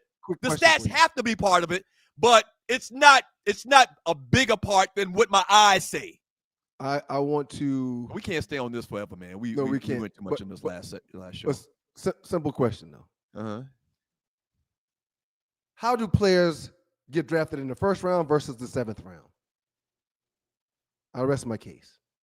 Okay, we can move on, Tree. What's your answer? Because of the numbers. Okay, man. Because of the numbers. When you go to the combine, why do players go to the combine? To get numbers. Mm-hmm. If the numbers didn't matter, there'd be no need for a combine. There'd be no need for a first or seventh round. I don't want to get a back and forth with you on this because it's ridiculous. No one took out Tim Tebow. Right. All right. We'll finish this last 48 up in the next segment, y'all. Thank y'all so very much. Who you taking if they're healthy? Curtis Martin or Bo Jackson? No question, Bo Jackson, man. No question. Yeah, no question. Right. Sir, Bo Jackson's career ended because of injury. We have no idea what his overall numbers would look like. Right. I think you're confused right now. You just made my point. No, you didn't. No, you didn't. Curtis Martin, I think, has like 14,000 yards. Bo Jackson has, I don't know, 1,000. He got hurt after 1 year. Right. Yeah, You don't care about the numbers. You're taking Bo Jackson over Curtis Martin. Okay, you know what I'll do? I know what I'll do. I know what I'll do. I don't get it. Right. I think you're confused. Time out, Doug. Go ahead. Curtis Martin played 12 years, 14 years. Bo Jackson played 1. Stop it. You're making my point. No, I'm not. You don't need to see the stats to say that you're taking Bo Jackson. What don't you miss? I want the bigger, faster back.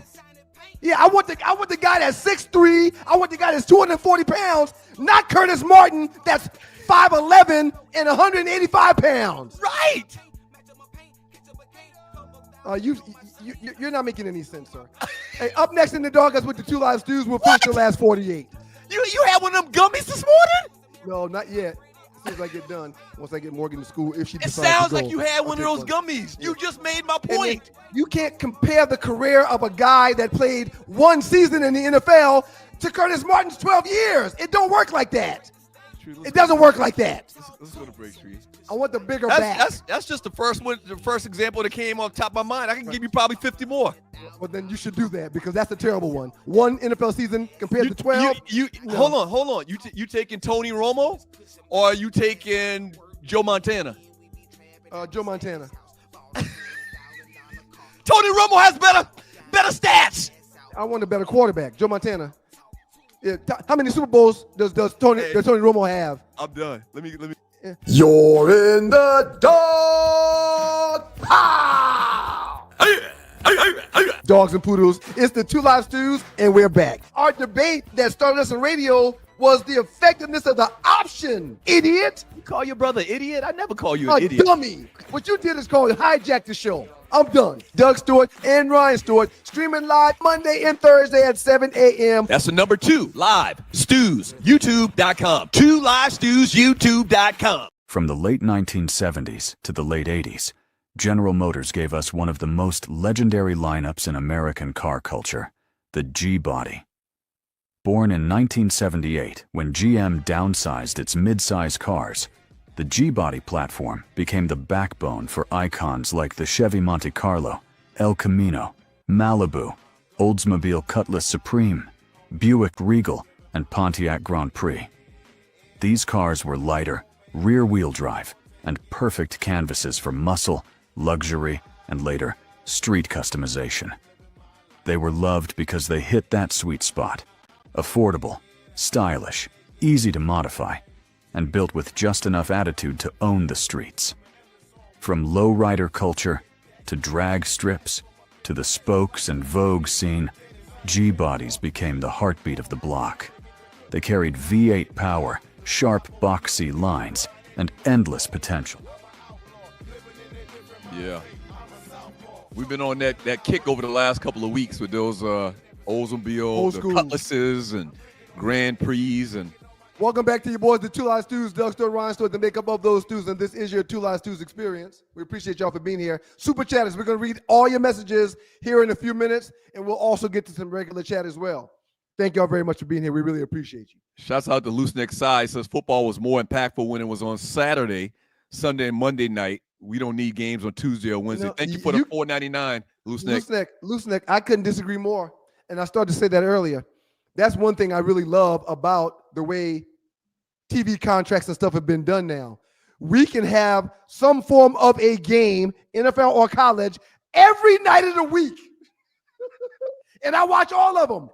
Listen, man, I don't want to be the dead horse, man. This is our folk, Marcus Harper, 9165. If you put up just the numbers for the 4 running backs that we had up, no one is getting rid of Emmitt Smith. Right. Emmitt had better stats than all of those guys, but you said you're getting rid of Emmitt Smith. I did. Emmitt Smith had the best offensive line in the league, and Emmitt Smith was not as shifty and or fast as all the other guys. I want size. I want speed. Ryan, I want power. I think the CTE is doing something to you. Well, No offense. fine. No That's offense fine. to people with CTE. That's fine. You're arguing my point. Right. Okay. Okay, Doug. That's fine. Yeah. No problem, man. No, I'm serious. No problem. You're arguing my point. Do you realize that you're arguing my point? Right. And why I say I use my eyes and not numbers? All I want you to understand is this. You have a problem with Tim Tebow, and I don't. Nobody was talking about Tim Tebow. Hold on. No, but that's where this is coming from. No, it's not. No, we that's didn't. what this Nobody mentioned Tim Tebow's name today. I did because I took the names off all the players and put their numbers up, and no one took out Tim Tebow, which was my point. Right. Whether I have a problem with Tim Tebow, I hate Tim Tebow or not, it's got nothing to do with the point you're arguing. That's why I took the names off. That's why I took the names off. No one chose that player to be gone. No one. I put it on Facebook. I'm sure you saw it. No one chose that player's numbers to be gone. Why? Because his numbers are overwhelmingly much better than everybody else's. I think you had one of them gummies for real this morning. Let's move on. Tree, next one. That's fine. I'm gonna let you off the hook with this one, man. Go ahead, Tree. Thank you so much. You ain't gotta let me off anything.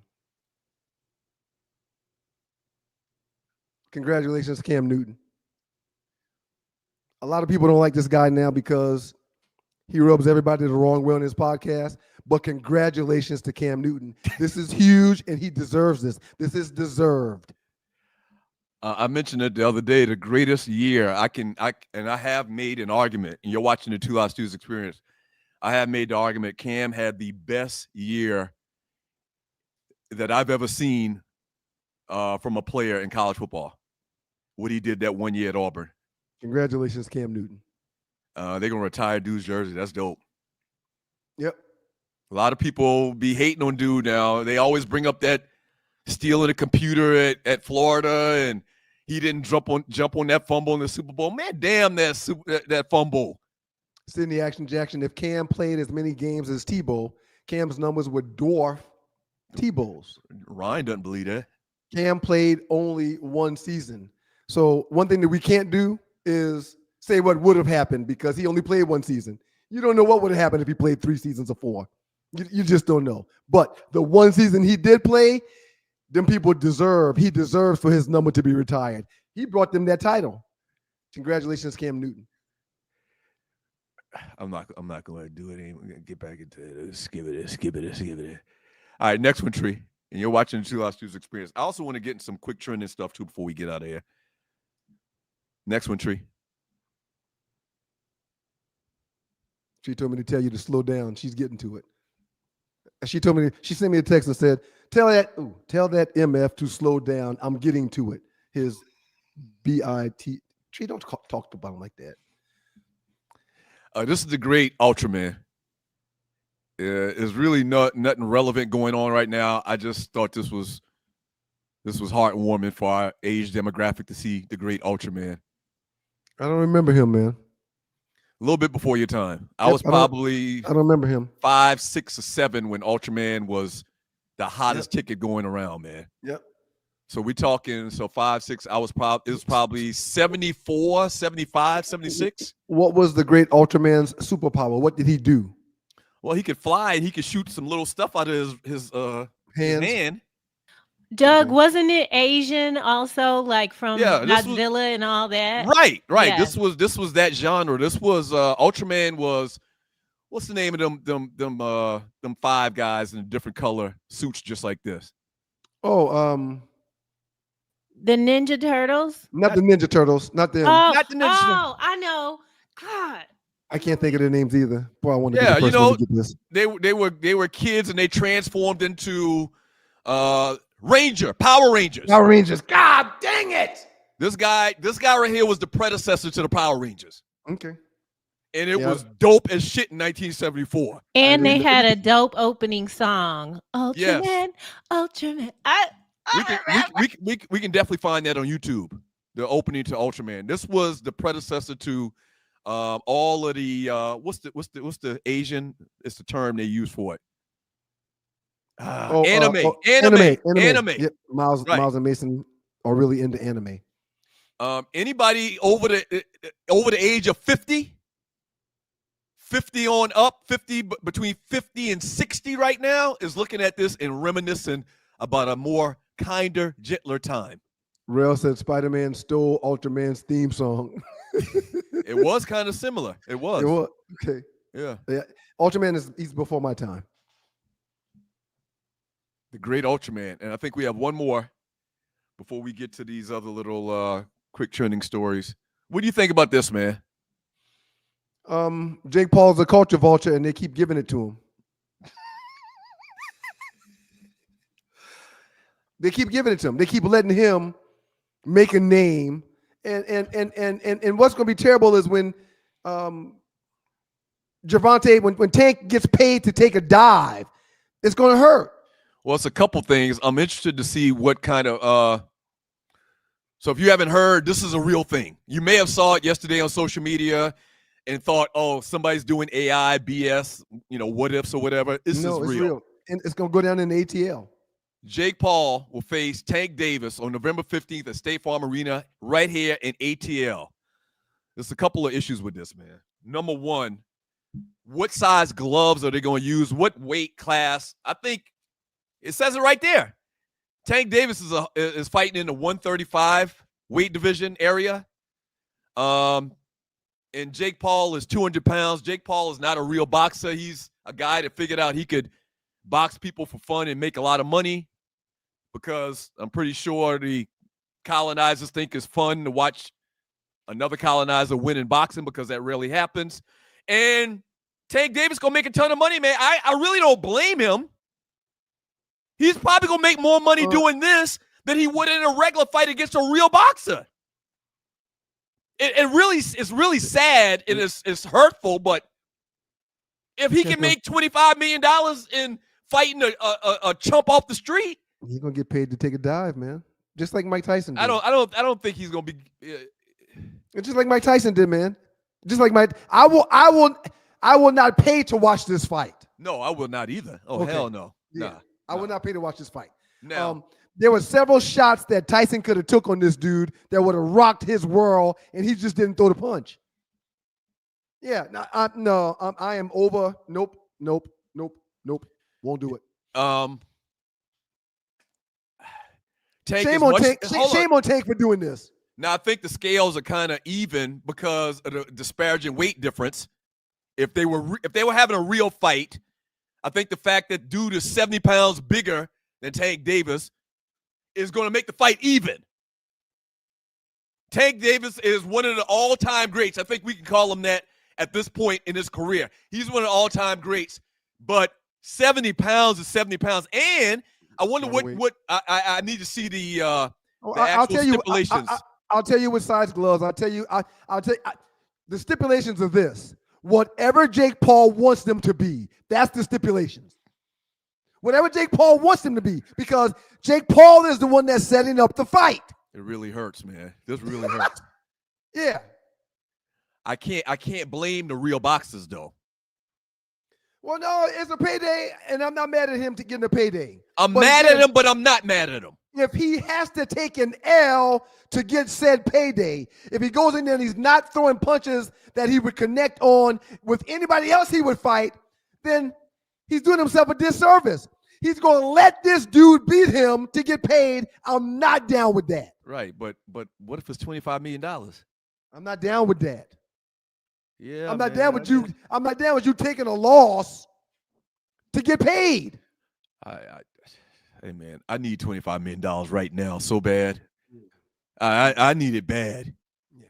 I need it way more than Tank Davis needed too. Right. Tank Davis has made some money, man. Yeah, he's made some real and money. Even he is taking this deal. Right. Well, Tyson, again, with all Tyson's glory and history and how we revere this dude in boxing, Tyson needed that money. Yep. I can't be mad at Tank, man. I just it hurts, man, because boxing is probably like my second favorite sport. Well, maybe third behind basketball. Shouts out to James Cooper. I hope that Netflix solves the buffering issues that happened in the Tyson night. No, I won't know because I won't be watching it. And it's going to be free. It's going to be free on Netflix. I have Netflix. Okay, then I might watch it. I might watch it then. Yeah, I was about to say, Netflix, if you have Netflix, you get to watch it. It's not a pay-per-view, so I probably will watch it. But it's going to make me sick to my stomach knowing that Tank Davis is pretty much going to give himself up so Jake Paul can keep making money off people. He's paying them to make money. Oh, boy. All right, couple news and notes in the world of sports. Look at the ticker on the bottom of the screen and read that. That's dope. Read it. Rapid fire. Joe Flacco names Brown starting quarterback. Okay. This is how we going to do this? But she's what is wrong, sir? We've done this. She's trying to force you to do rapid fire. That's all. Okay. I'm trying to help you. You said you wanted to. Okay. John Wall retires from the NBA. What are your thoughts, man? How are you going to look at John Wall and his career? He was a very good player that didn't matter. He was stuck in Washington for years. He was stuck in Washington. Who cares about Washington basketball? And really, the big thing is he stayed injured, man. Dude was getting paid like $1 gazillion and didn't play basketball for like 3-4 years. Yep. He was maybe not 3 or 4, but 2 or 3 years. He missed several seasons due to injury, sir. If he played 12 years, he missed 5 or 6 of them because of injury. We mentioned it earlier, man, but Daniel Jones is going to be the starting quarterback for the Indianapolis Colts. You had a problem Indianapolis with Colts. I did. Anthony Richardson. That dislocated pinky that Richardson got and the way he got it is why he lost his opportunity to be the starter. You can't not see a clear and free rusher coming towards you. You just can't not see that. Mm-hmm. Daniel Jones has played more football, and I think that's why they're giving him the start. Julio Cesar Chavez, speaking of boxing, was deported to Mexico and subsequently arrested and imprisoned for alleged cartel ties. His daddy was one of the greatest to ever do it, to ever lace up some gloves, but they shipped his ass back to Mexico, and he's in jail now with cartel mob ties, Mexican mob ties. It's a different story, but I'm going to tell the story anyway. Mm-hmm. Played 9 holes of golf with cousin Randy last Friday. Mm-hmm. He invited a guy that he met that works at the subdivision he works in to golf with us. He just met the guy, Mexican guy. The guy's name was Jose. So me, Randy, and Jose. Everybody's named Jose, seems like. Me, Randy, and Jose are playing golf. And it's in a neighborhood, so there's some streets and some roads. There was 2 different times in those 9 holes when we were out there where an all-black SUV drove down the road. Jose was breaking his neck looking at the road. Think they were coming to get him. Yes, man. 4 holes later, all white SUV, dark tint, driving down the road. Jose started doing it again. I tapped Randy in the leg. I said, hey, man, Jose is afraid that those vehicles that look like those Suburbans are ICE vehicles. Maybe they are. Maybe that's why he's scared, because that's what ICE rounds him up in. Dude, he was literally hiding behind the cart. Man, how terrible is that, man? My the grocery store I go to, man, is like 70% of the fruits and vegetables section, the produce section, is empty. Them cats, man, they stay keeping a low profile. They're keeping a low profile. That's an understatement. Yeah, can't get caught in them streets. I mean, how he going to explain getting caught up by ICE because he was out there playing golf with 2 ninjas? Trespass, and after that, super chat, regular chat, in the doghouse with we got a lot of great chat too. Thank y'all so much for contributing to the show with the chat. Thank y'all. Thank you for the donations. The super chat. Super chat is donations. 8 Mile came out in trees just now. Good morning. I love the tree. I love it. I do want to share this one right here. Give me This man's brother been in pain and he still ain't aware and don't care. I feel sorry for Ryan. Shaking my head. Doug don't give a ish. Doug don't give a ish. So says the guy that sent you the Caitlin Clark T-shirt. Right. No, that was not. No, Big John did not send me the Caitlin Clark T-shirt. John Barnes sent me the Caitlin Clark T-shirt. John Barnes and John B. That's not the same person? Big John B1 is not John Barnes. So you're wrong. It's okay. You're wrong. Tree. There is a bit of a disconnect, Douglas, from a lot of things. You asked Arlie what network. Tree, real quick. You just asked Arlie what network, and then you put the rapid fire on the ticker. Ever since we started doing it. That's nice. I think you have to have, I'm going to work with you on your gratitude a little more, where you just notice the little things and the flower. Oh, look at that. Oh, that's nice. She's only been doing it for 6 months. It's okay. We love you. I'm getting pulled 1,000 different ways. Give me a little grace. And we all are. Only you, Doug. Only we all are. You just saw a child appreciate it. come into the show. Hey, did you notice the child's pajamas? Yes. Yeah. It's got pictures of the dog all over it. She loves Neo. She loves the dog. Okay, before I forget, Tree, give us a little background on that music. Who was that artist? So this guy is Nick. I played some of his stuff before. I'm going to tell you his right name, but all over the internet or all over, it's on Apple Music. It's just positive, like empowering us. Like everything we do all the time is always so, politically correct. But this man, his name is Nick Hustles. He's got a whole volumes of just positive about us, for us shit. And I sent this in the group one night. Does he get played on the radio or no? No, you can't play that on the radio. But I mean, maybe he has a clean version. I don't know. I've never heard of Nick Hustle. His music is in whoever he is. He's in all the spaces because your album. Like he's in Instagram. He's on TikTok. He's on Spotify. And everything is about us and it's positive and it's shit we say, but it's more Dolomite-y, from that Dolomite era. is good. Dolomite is good. Remember when I played, and people like to say he's AI. I don't know if he is. I don't give a fuck. This is positive. That cat said, "Hey, wait a minute. Well, Beyond the Gates. What network is that on?" It's kind of exhausting, but I don't know. We love you stuff still. Like that. I don't pay attention to little minor details and stuff like that. I don't know. I didn't remember which network it was. I did want to mention this. www.twolivestews.tv is up and running, and Arlie's going to flip the switch, so we will be able to the merchandise. You can get to the merchandise now. Okay, so www.twolivestews.tv. You can go purchase merchandise. You can check the site out. We're going to do more updates and stuff. We just figured some stuff out. So thank y'all very much for checking out the site, www.twolivestews.tv. We got a lot. Let's go. From Loose Neck, Let Peaches Live. Arlie, I had a question. Where do we put this? Because I saw a clip on CBS of you and then on the IG, and then I was like, do I put it here? I don't know where to put my declaration to keep I think if you go on Facebook, they have a Facebook CBS and they have a Beyond the Gates page, like Beyond the Gates.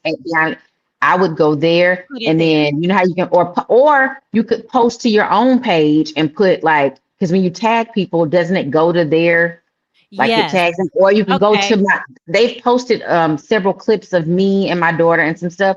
I would go under that and post at Let Peaches Live at Arlie Michelle, whatever. Got it. There's a couple of different ways you can do it.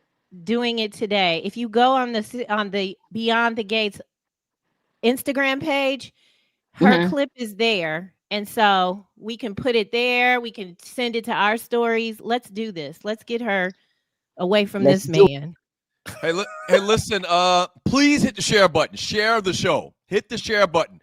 That's almost as important as the super chat. Super chat is the donations. It's almost as important. Matter of fact, it might even be more important. We definitely appreciate the donations, but hit the share button and share the show, whether you're on Facebook or on YouTube. And you all are doing an amazing job. So many new people here. Thank y'all for sharing. Richard Bullock, Thank y'all. something on it. Thank you. Thank you for your donation. Thank you, Richard. I can see in one of the postings that I did for the last show, we had like 37 people share it. There's a lot more people watching the show, so I thank y'all. We thank y'all for the 37 people that shared, hit the share button. But damn, why can't all of y'all watching right now hit the share button? See, it just goes. It goes left. So with gratitude, practicing gratitude, I don't think we're asking for a lot though to hit the share. Is that a lot we're asking? Is that too much? Thank you is gonna make it have more power. Thank you, Tony. Appreciate you, brother. Tony. Thank you, Tony. Not the rebuke after. I didn't rebuke anybody. No, you spelled your name wrong, Tony. No, she's talking about me asking people to hit the share button. Never mind. Okay, go ahead, Tree. From Rel Scott, thank you so much. Speaking of traveling, we need them. We need them tailgate dates. We're working on it. Doug, you do a lot. Thank you for all that you. I got about 100 irons in the fire, but thank you for all that you do. I don't complain. I won't. Here go your boy. I won't complain. There go your man. Let me see. Hank versus Paul is a joke. They will not treat this fight serious. There is a 50-pound gap. Yeah, more than that. 67. Y'all 60. might agree. You and Sean, y'all are agreeing. Look at that. Thanks for your donation. But if it's on Netflix, I'm gonna watch it. If it's on Netflix, because I pay for that monthly. So thank you for the donation, Sean. Thank you, Sean. Appreciate you, player. Carrie Portis. Even though you're a Republican plant. There it went again. Thank you. And you can't even help it. I know he's related to the dudes that jumped me. Yeah, right. If he wasn't there, he is definitely related to the dudes that jumped me. He's heard the story, no question. That town is population 80. So yeah. And you got beat up when? What year? 92. You gotta let it go, babe. I didn't get beat up. He got jumped. I got jumped. Yeah. I didn't get beat up. There's a difference? Yes, there's a difference. Yeah. If you get beat, if you get jumped. Yeah, I just got jumped. That doesn't mean I got beat up. He was holding his own until. Right. Yeah. Okay. From Rel Scott. Thanks, Rel. This is Sports Talk Radio with hot sauce. We don't say that a lot no more. We need to bring that back. Sports Talk with hot sauce. Thank you. Before somebody else steals it. Y'all are going to get a lot. Tell Tamia I said, hey, Rel. Tell Tamia I said, hey. From Flex Image Training, thank you so much. Today's first couple of segments are on point. Great topics, even with more Shedeur talk. Can't wait for college and pro ball to be in full effect to chop it up with the stews. Hey, man. We got college football. I think we got some college football tonight. Let me look and make sure of that. Go ahead, Tree. Thursday. I'll tell you, man. I'll tell you. You go ahead and focus. I'll tell you. Yeah. Yeah, let Ryan do that. He was trying to work the sound today, and I can. Well, I guess you got your job back. We need to label it a little bit better. That's all, because I don't know what is what. You can't. Okay. SFX means sound effects, and then I noticed when I move everything like in order and come back, it's all out of order again. We gonna work on it. And man, we was wrong, man. Season does not start tonight. Wait a minute. August 23rd. Official start of college football season begins on August 23rd. That means that's tomorrow. That's Saturday. Saturday. Yep, Saturday. Yep. Saturday's first game. Yeah. Okay. So none tonight. We got first Thursday night game is next week. Boise versus South Florida. Boise State versus South Florida. From Big John B1, Shedeur was better in college than Brady. Brady went in the 6th. He will be better than Brady. He has access to better training than Brady did. I've said that for a while. Tom Brady is the best quarterback that's ever played the sport, so you cannot put Shedeur ahead of him. Even though he was a cheating bastard. However, Shedeur Sanders has had more training and more tools to train, more access to people to train, more access to the greatest quarterback ever than the majority of any other quarterback in the history of the world. Your whole stat thing would work here, man. Shedeur passed over. He passed over 70% last year, man. Led the nation. Stat thing. Everybody. Yeah. Yes, everybody. From Sydney Action Jackson, thank you so much for your donation. Flacco's last playoff game, he threw 2 pick sixes back to back. Kenny Pickett has never been good. A decision like this is why the Browns are terrible. It just doesn't make any sense. Thank you, Sydney. I just need y'all to understand that to start the season and to allow your team to get off to the best trajectory to a successful season, you can't give the ball to a rookie when you've got a Super Bowl champion on the roster. But what do the Browns have to lose? Sir, how many rookies come in week 1 and show success? They don't know enough. We can debate this forever. They don't know enough. And by the way, you mentioned Shedeur's quarterback percentage or completion percentage. Right. That don't matter to you because numbers don't matter. So don't even talk about that. Go ahead, Tree. Right. Loose neck Doug, aka Final Destination Stu. Yeah. What's that referring to? I just the way you kill off people and. Oh, well, sometimes I think they're dead and they're not. I don't know. It's probably a lot of things. I'm glad I'm wrong. If I think you're dead and you're not, isn't that a good thing? Yeah. Well, but they just don't want you killing people off. That's all. Stall me out. I don't mean to kill people off on purpose. I'm not doing it on purpose. Oh, you are sensitive today. These top 5 beating. I mean, you jumped him. You didn't beat him. You jumped him. Yeah. These top 5 jump-ins are really from old school. Let Peaches and her Tyler Perry wig leave. Every person, because I was sharing this with people. They were like, she looks like Marla Gibbs. Everybody said that. Everybody. Where is this wig? Do they let you keep it? No. She gotta Wait, leave that. She gotta leave that wig at the spot. Yo, that wig is cute. Why y'all? It's just because it's on me. Maybe that's it. I think they do an amazing job. Tree, put up the picture of Arlie in the wig. I don't have it. I got a picture of her looking good. She don't. No, wait a minute. I thought I saw a picture. No, oh Lord. You did. Now that picture, no, but there is a picture of me on the video of me coming in. There is a picture of me. I'll send one. I'll see if I can put one in there right quick. To send a picture. It's I could have sworn I saw a still picture of Arlie. You did. Yeah, Loose Neck's. You never saw a still picture from me, but Loose Neck has his avatar as her. No, and I did send one of me, my daughter, and my granddaughter. It is a still shot of me on there somewhere. It's probably in the that's me in the background. Whoa. Yeah, that's what I was talking about. I saw that. That was on the internet. Whoa. Let's back up. No. I sent one to the evening. It's one in when I sent it Monday. So if you I can send it. Yeah, those are gone. Those are gone. Let's back up. You're a grandmother? I am. We had this conversation Monday. Oh Lord. We're gonna have it again though. I feel like I'm talking to the special ed class. Okay, listen. So Monday, I'm a grandmother. My daughter is the one that is the JR of, I call it the black JR of daytime soap because they hate her like they hated JR, but they love her so much. Yesterday she was a hard pill to swallow. The lady done slapped her yesterday. No, so, Arlie, I thought you had a real granddaughter. I thought you was, never mind. Let's go. Let's read on. Let's keep reading. Stevie talk. My Lord. Y'all be going back and forth. KK. Hey, KK. Thank you so much. Happy heavenly birthday, Dr. Everett Gibson. Q Dog forever. Love you, Dan. Wow. Her old man was the bruz. Rue, rest in peace, team. Rest in peace, team. Rue, bruh. Wow. Thank you, KK. And thank you. For thinking gave of us 20. Gave us 20. That's great. Thank you, KK. Thank you, KK. Really appreciate you, KK. From Sean Mims. Ryan, it was Dame that put the money behind Jay's stories. How no one believed in Jay, Mr. NFL sellout after Cap. Okay, so let's unpack this. He's saying that Dame gave him the money.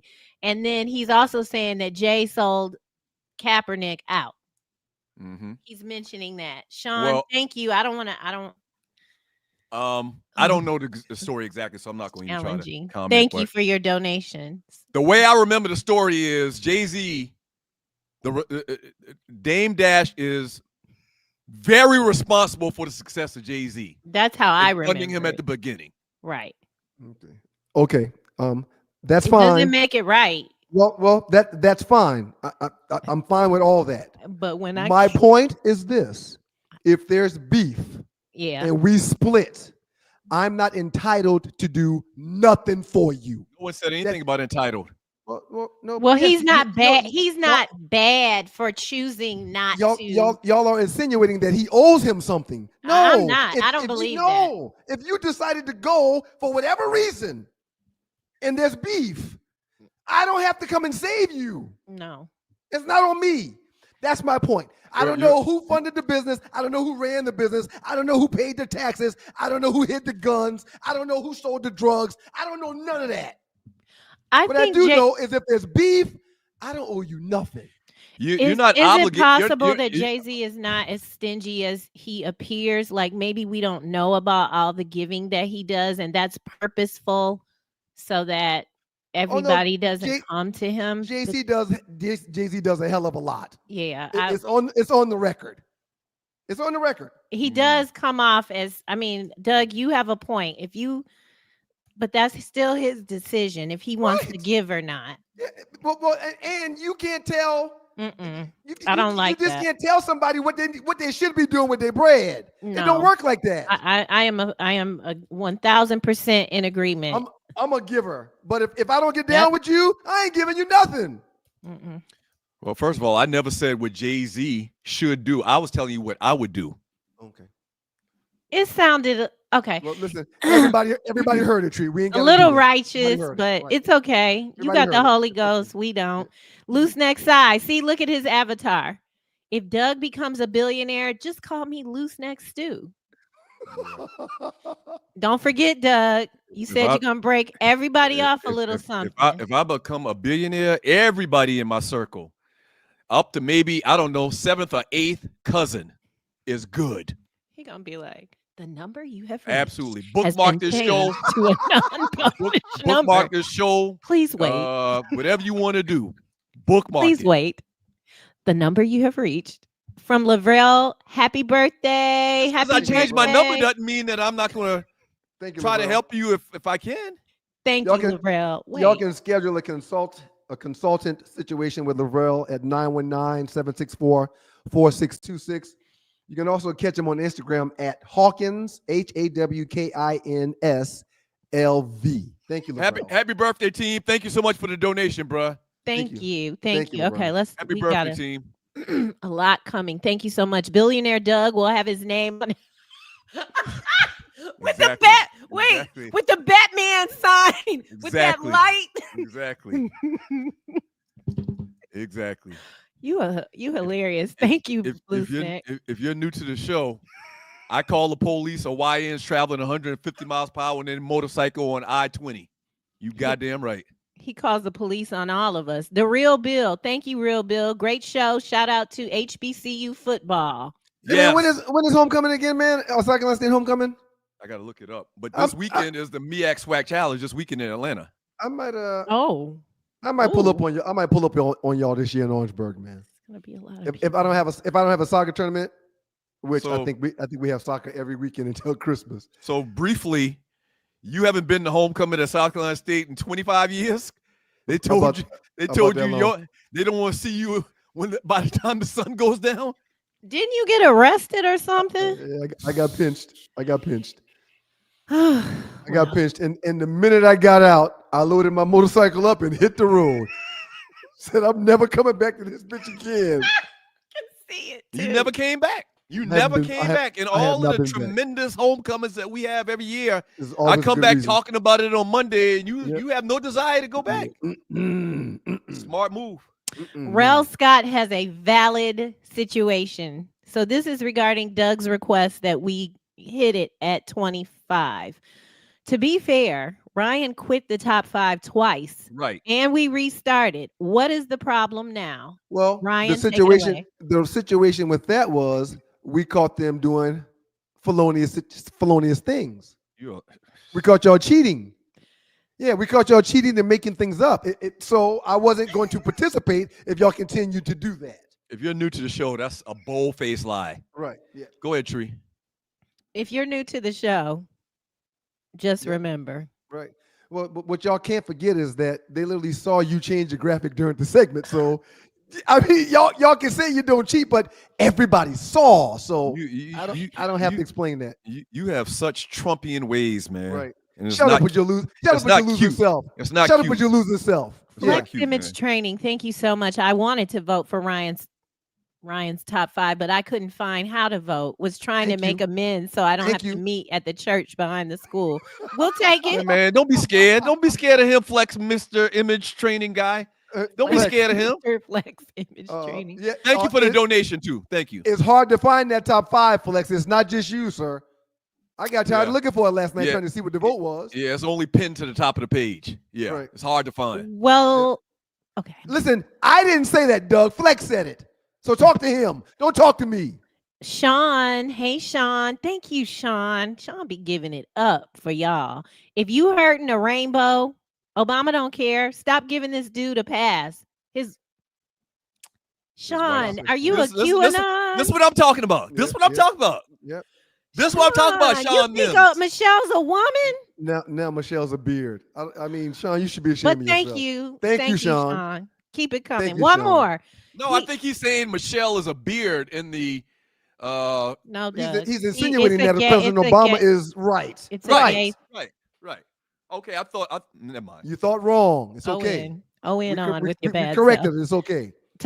Okay, Sean wants to say that Tommy Frazier was better than Tebow. Sean, give us all your coin and you can talk the whole 2 hours. Right. It's your show.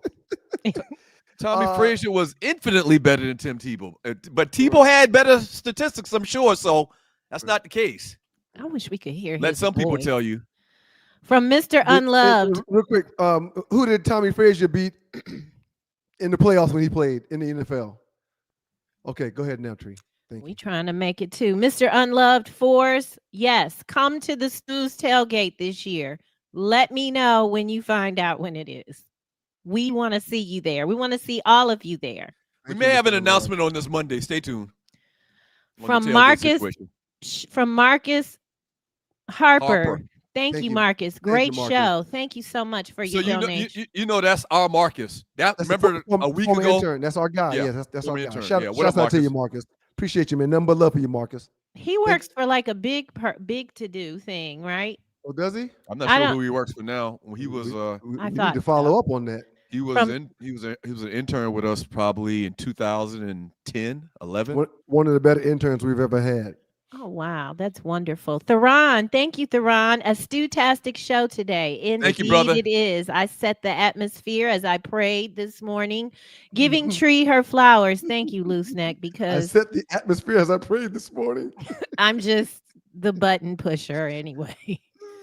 I'm your pusher girl. From Tony Farrell. Thank you, Tony. He's given us $4 now. Thank you, Tony. Thank you, Tony. Loose Neck with another $1.99. Tree got everybody called into HR. Stay blessed, my nigga. This jersey is dope as hell, man. Earl McDowell, the yellow numbers. The Stu's historian. Shortly after some time in your hood. Thank you. What up, Earl McDowell, the official, unofficial historian to the Two Live Stews. Thank you. Once again, another Thursday pass, and we didn't play because you run this show, sir. What does that mean? We do what you tell us to do. From Frederick Anderson, wishing prosperity to the Stu. Wait a minute, what does that have to do with us playing the clip, though?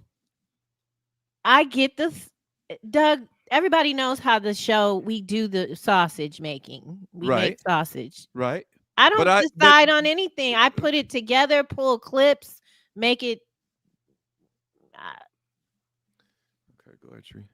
Lover Squirrel. Y'all have your Lover Squirrel off air, please. Are you okay? Something is going on today. I'm very much okay. I want you to get some ashwagandha. I got some holy basil over ashwagandha? Here. Oh, hell no. I ain't taking no ashwagandha. From Rel Scott. Doug's draws still in that box. Yeah. I'm trying to see what I'm going to do because I'm moving out of the country and I really don't need to open that. And let's talk about that for half a second. Together. Let's talk about that for half a second. You called me the other day. Is it okay if I talk about it? I'll call you. Sure. You called me the other day and said, hey, I just need you to understand that I'm really moving out of the country.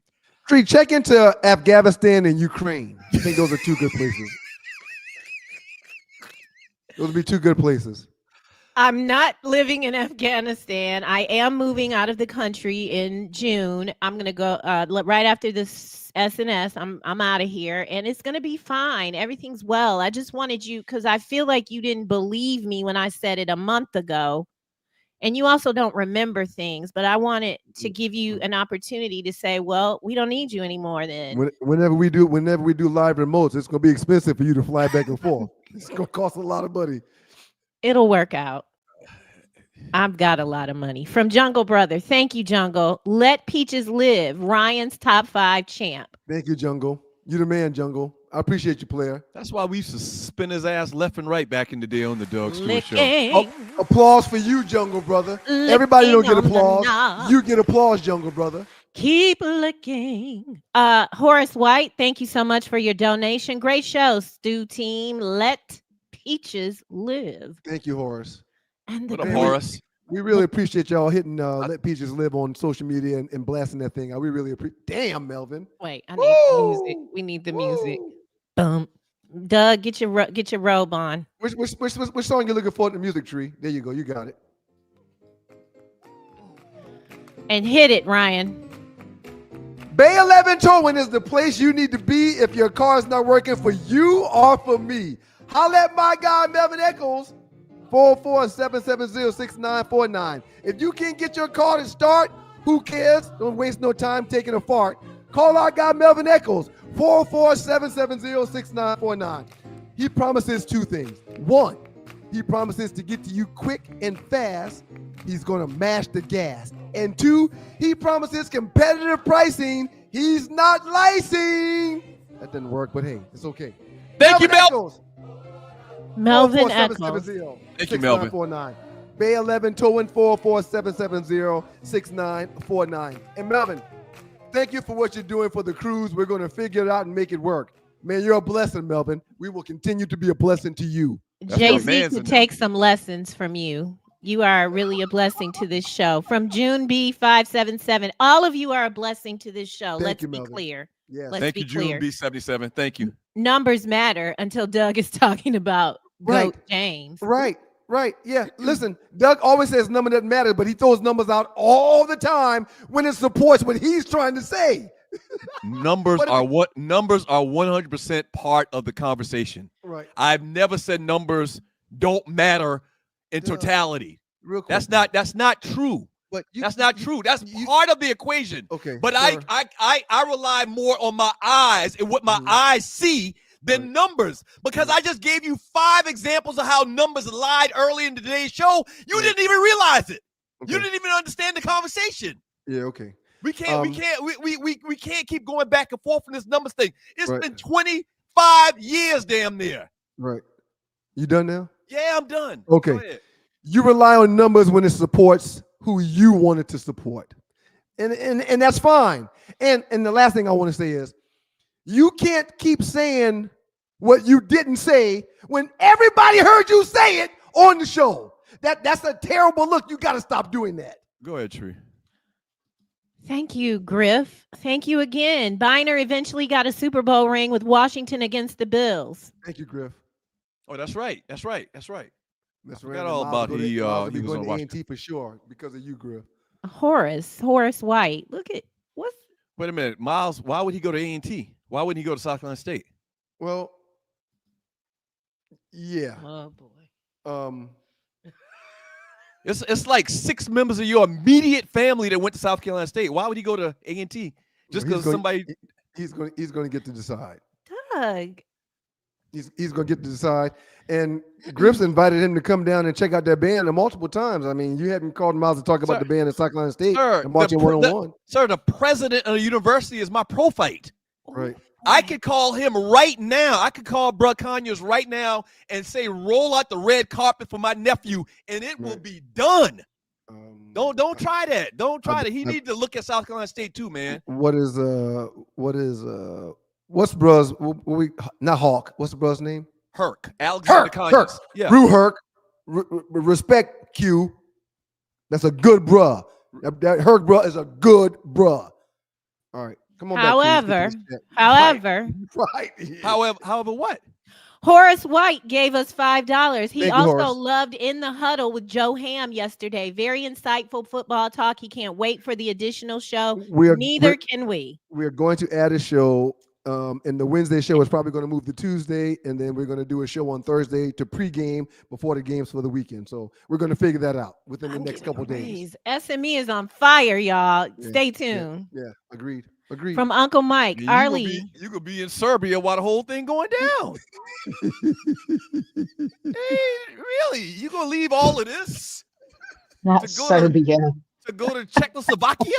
Well, listen. You don't understand the freedom I'm about to take hold of. Now is a good time to leave all of this. I get that. If I didn't have a ball and chain around my ankle and these churn, I would be fine bouncing someplace else too. I got to do my time right now. Arlie Michelle. Words have meaning, man. You just can't throw around my ball and chain like that all willy-nilly. So either, but okay. Uncle Mike wanted to know, Arlie, did you get your granddaughter's phone number yet? Get him. He needs it. He needs your granddaughter's phone number. Amber Michelle is a fantastic actress. She's beautiful. She's fine. And people like, wait a minute. Now you on the show. Can you hook me up? It's people left and right want to get hooked up. So it's a no. I'm going to work on it, Uncle Mike. Uncle Mike, I'm working on it. Uncle Mike married. He showed us his beautiful wife a couple days ago. No, Uncle Mike. Keep cooking. Keep cooking. Tree, can we get through these last okay. Let's do it. Damn at Sean Mims. Okay. I didn't say this, but I might have thought it. Jashani, thank you for donating to help Sean out. Damn, Sean Mims. Use a comma, a period, or something. Sheesh. Doug, if you gotta go. Oh, okay. I thought we had a lot. Billionaire Doug will have Fulton Industrial change to Doug Stewart Park. Well, we already had Stewart Avenue, but it didn't work. Yeah, that was Stewart Avenue was it's a lot going on. It wasn't a good representation to the Stewarts from South Carolina. Super chatters, y'all doing your thing today. We appreciate it. Thank y'all for the donations. We really mean it, man. We do. And then let's knock this out. Just serious. Oh my goodness. Don't interrupt. Oh God. All right, here we go. Jake Paul is a racist. Look at who he fights. He's paying on the race baiting, and there's a reason all his fights are exhibitions. That could be very true. There's always been a great white hope, conversation in boxing. And also, there's not a lot of white boxers for Jake Paul to fight that I know of. From Old School Man, Doug looks like a poster child for Make-A-Wish Foundation. Well, there's no white fighters that Jake Paul can fight that people will know. Right. Nobody would care about him. So he has to pull names that people know, and that's black fighters. I mean, how did he come up with this whole thing, man? He's working from FM, Doug looks like he works for Marlo. Yeah. One of the corner boys. From St. Louis, Ron, did y'all see Amanda Seales cooking those silly-ass black conservatives? No, I haven't seen that yet. I don't like her but I heard about too much, but she waxed Seales, poetic on their ass. You let him have it. From Brian Daniels, 1954, we damn near had a trial if we said I'm sick. You in front of the judge pleading your case. Yeah, I'm telling you, man. We didn't do all that, but shout out to you. I probably missed throughout elementary. I ain't make my kids go to school either. Throughout elementary and middle school, high school, we did some cutting a lot of times. I probably missed 2 days in my entire life from elementary to middle school, man. Yeah. Through middle school. Because I didn't want to ask them or tell them that I. All it is they just got back in school. There's a lot of new germs floating around. Her what's it called? Not your tolerance. Your immune system. Her immunity will be built up and get strengthened, and she'll be able to fight it a little bit harder later on. But don't be out here Monday sick. I get the sense that you stretch those rules a little bit. Do you miss more than 2 or 3 days in elementary and middle school growing up? No, I don't remember. No. Yeah, I don't. We didn't take days out of school. Well, no, I miss 2 or 3 a year, and I would go down again. I was going down Nini's house to drink coffee and sip on shine, man. Barks from the pond. This not like JSU in Colorado where he was handed the job and never had to compete. He's talking about Shedeur earlier and how I was saying that they've humbled him. I think that's what he's referring to. They've humbled him because he's saying all of the right things. He's He's brought it down a couple of notches. No, he wants a career, man. Yeah, I understand. I understand that, but what I'm saying is his entire life, we've never seen this. We've seen brashness and shit talking. Is that not true? He was playing for his daddy. He could do whatever he wanted. He could do whatever he wanted. He can't do that now. EP player Jay, he said if he hits the lottery, he's disappearing, and you will see me chunk my family off randomly. I will be a recluse. There's the Powerball is $600 million right now. If I hit that Powerball, I too would be moving out of the country. But everybody's coming with me. Yeah, I'm out of here. Doug ain't going nowhere. That nigga ain't leaving. Spain would be probably my first stop. Probably my first stop. It's just a matter of boop boop where I'm gonna choose. Greece, Mykonos would probably be my second stop.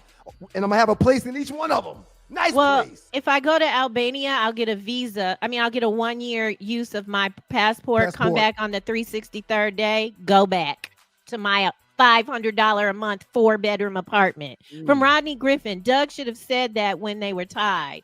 Talking about you trying to change the rules. You've been checking on civil unrest and warring factions, and I got this. You've been checking all that. Your safety. I'll call you, babe, if I need you. From Marcus Harper. If you put, I ain't going. I am not leaving America.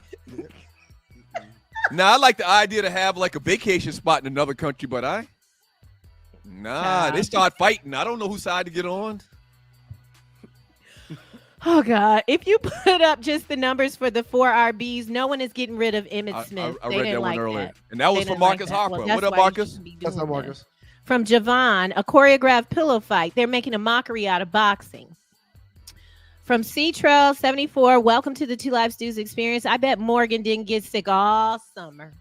Well, no, she wasn't around those nasty kids all summer either, though. Explain she was at home. But real quick, Trail. What was the one before that tree? Oh, fuck. The fight.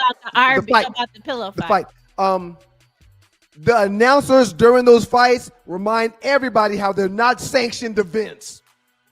So they're trying not to paint it with a broad brush. They want everybody to know, this ain't real. From Chico 205, Jay-Z needs to send this to Dame. I don't know what this is. He probably means these nuts. Oh. Trying to be funny.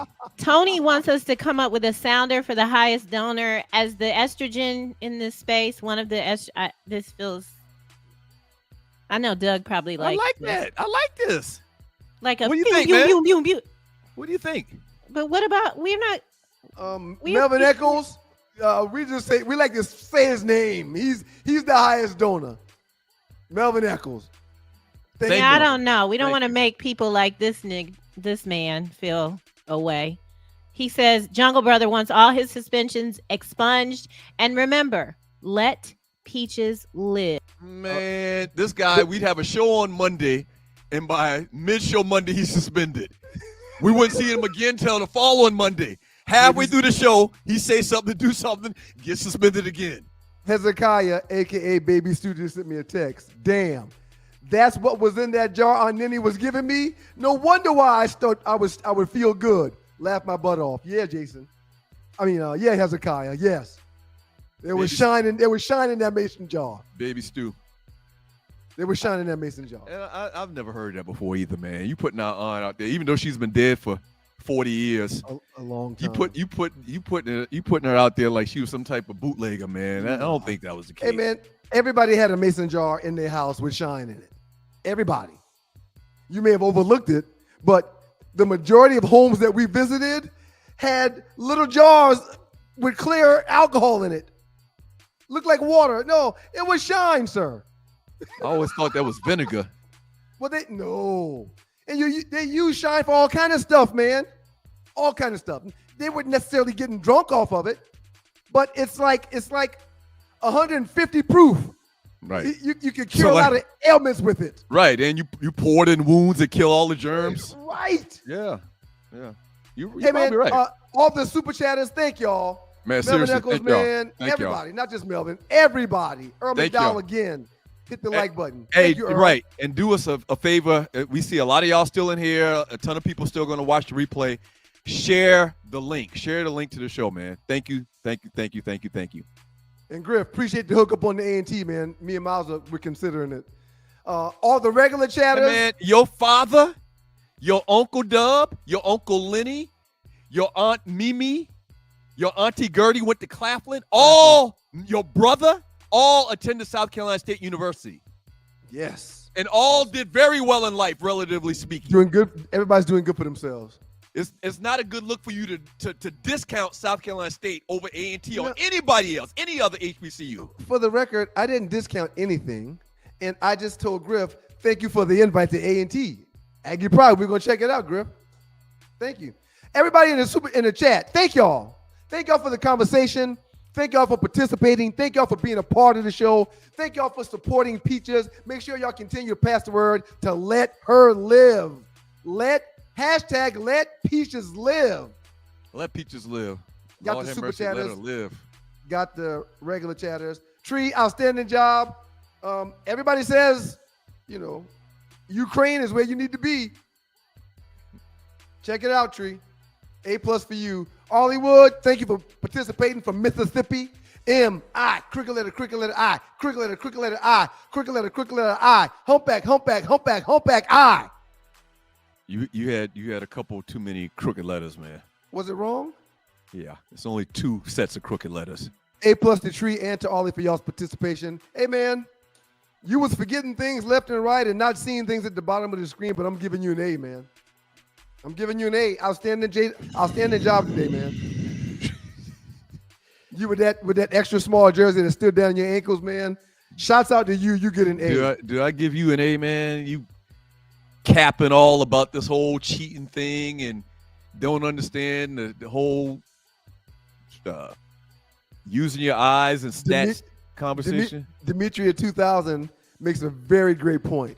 How you stressing me and my kid about where he going to school, but you had 3 daughters and not damn one went to South Carolina State. Dougie, your girls didn't get the South Carolina State invite? What am I missing here? You have no idea the confusion that went on in my house about that same subject. Oh, yeah, my daughters, I compelled them, I pushed them to go to South Carolina State. They just didn't do it.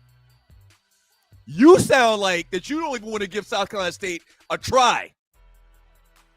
You do. That's how you sound. And it's very disrespectful. Look, man. It's very disrespectful. If I'm going to pay for college, never mind. Be careful. Right. Because I can see it in your eye you're about to say something insulting. Right. Don't do it. People take the school thing serious, man. You be joking, but it's serious. We don't play about South Carolina State, man.